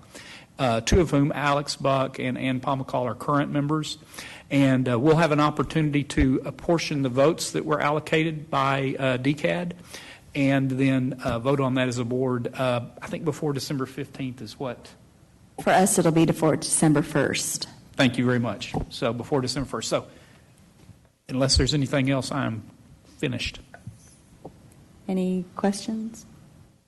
No, I will just say it was a very robust conversation, and we all had, all of us had personal conversations with everybody that we're talking about. And so it was not, it's not a daisy chain nomination. You may go, but one thing I meant to add was those four nominees represent a large swath of the district, of the county rather. And in fact, the district between Carrollton, Lewisville, Castle Hills, Lewisville proper, Highland Village, Flower Mound, and then actually a little bit of Lake Dallas, Corinth area with Ms. Pomacall. So that's why those four were chosen, because we wanted to get as much representation across the district and county as we could. So. Yes, and I would add that all four of our nominees are what I like to call ISD friendly and ISD savvy, in that they understand the relationship that we have with DCAD, and they understand kind of, to Dr. Bonner's earlier point, kind of that broken system of how we fund DCAD and how we're funded, or not funded, I might add. Are there any other committee reports for this evening? No. Well, next up, we have the TASB delegate report from Ms. Sells. I'm looking for, like I said, I'm looking for the 24 slide. Yes, no slides here, but thank you for adding me to this agenda, and I will make this quick because I see that I am the next thing, and then one thing from us going home. And so just wanted to share with everybody the results of the TASB Delegate Convention. Of course, I wanted to thank the board first for nominating me and electing me to that delegate assembly, and also to Dr. Bonner, who was steadfastly there by my side throughout the entire afternoon. And so I did have to go back and almost throw a bottle at him one point to get some input, but we worked well together. And I did appreciate his feedback in, am I reading this right? Am I looking at this the correct way? And I think that is the beauty of this whole process. Of course, this delegate assembly is held annually, and this assembly ensures that active member schools and education service center boards have a voice in the overall direction of the associates, and delegates voted on the TASB directors, officers, bylaw changes, and the 2024-26 advocacy agenda. And so you say, what's that advocacy agenda? Well, it is really an advocacy agenda created by the members for the members to advocate for public schools at the state capitol and beyond. And it's a 2-year action plan focusing on the priorities of more than 1,000 of the local school boards in Texas. If you recall, back in February, we had a grassroots meeting. of all of our districts here in Region 11, and from all the regions around the state, 108 of us were voted to serve on the Legislative Advisory Council. We met once in April in Austin, and then we met in June in San Antonio to decipher where we wanted to go with our state legislative agenda for TASB. And am happy to say that after I stood up and spoke a little bit, that we came to a consensus that just as we have narrowed our priorities, that the state needed to follow suit. And I'm happy to say that I've had numerous ISDs reach out, their boards, and want to know how we are going about this and why we did it. And I've got to tell our story, and it's been really impactful. And so if you'll notice in your folders, it is the proposed advocacy priorities, but I will tell you that we really hashed these out in those 2 meetings in April and June. And other than one dissension which did not pass, these advocacy priorities were passed by the delegation. If you notice, Proposal 1 is just a statement that TASB values the students, parents, legal guardians, teachers, staff, taxpayers, and locally elected trustees who form the public education community in Texas. If you notice, and I'll let you all read the remainder of that, and you should have gotten an email on Friday at 5 p.m. from TASB staff that there is a link to these in there. The actual document will be then emailed to us in November for distribution, and so we can move forward with that. But if you notice, our first priority is to invest in students. TASB calls upon the Texas legislature to fulfill its constitutional obligation to invest in students, and the state of Texas will. And of course, you can see there are 4 bullets there that they will support our students, they will invest in our students, that they will ensure that all schools that receive state funding are held to the same transparency requirements, and create transparency in the recapture system to ensure local tax dollars intended for public schools are used for public schools. Guess that's where that 3.9 is sitting. And then the second priority is to empower local communities. And I shared this the other night when I spoke to our communicators. I did a lot of research on Texas school boards. And I realized, which I probably wasn't listening during my Texas history, but that one of the reasons why that we fought the Texas Revolution was because the Mexican government did not want to establish a school system. And so when that school system, when we became the state, and when those school systems were established, it was the local people, the local lay people, who established those school districts. They became the superintendents, the teachers, and the school boards making the decisions. But as those school districts grew, what we came to learn was that there were some people that were really good at teaching, and there were some people that were really good at administering, and there were some people that were really good at being a trustee, being a trust of the public for that purpose. And so we broke off, and the Texas Public Trustee System was established. And so we don't believe, as TASB, that anything has really changed since that point, because we give our voters a voice. We sit here in these chairs, or we don't. That's their voice. And they trust us to make the decisions for the school board. For the school district. And so that was very, very important for us, that although I wanted to only have the one, as LISD was kind of partial with our with our one ask campaign, but really when it came down to it, we really want that local control. We don't want Austin telling us how to teach, because we are very different from the Ector counties. We're very different from the Pottsboro ISDs. We're very different from those schools along the Rio Grande. And we are in our schools, and we know our schools, and our voters have trusted that we are going to make the best decisions for our schools by voting us to sit in these seats we sit in. And so it's very important for us to empower our local communities to fulfill our duties. And so it was a great afternoon. There wasn't a minute I felt like it was wasted, just food for thought. I got to sit next to Dr. Rogers as a delegate for Region 11, as he is on the board there now. And so it was good for us as former working partners to be able to sit there and decipher what was being thrown at us. If you notice, I did bring my delegate handbook, which y'all are all welcome to take home for the night if you want to.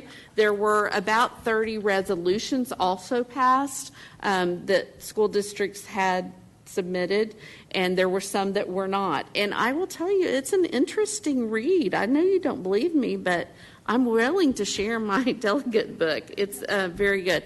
And so Dr. Bonner said he didn't have anything to say, but if you do, please. But I do now.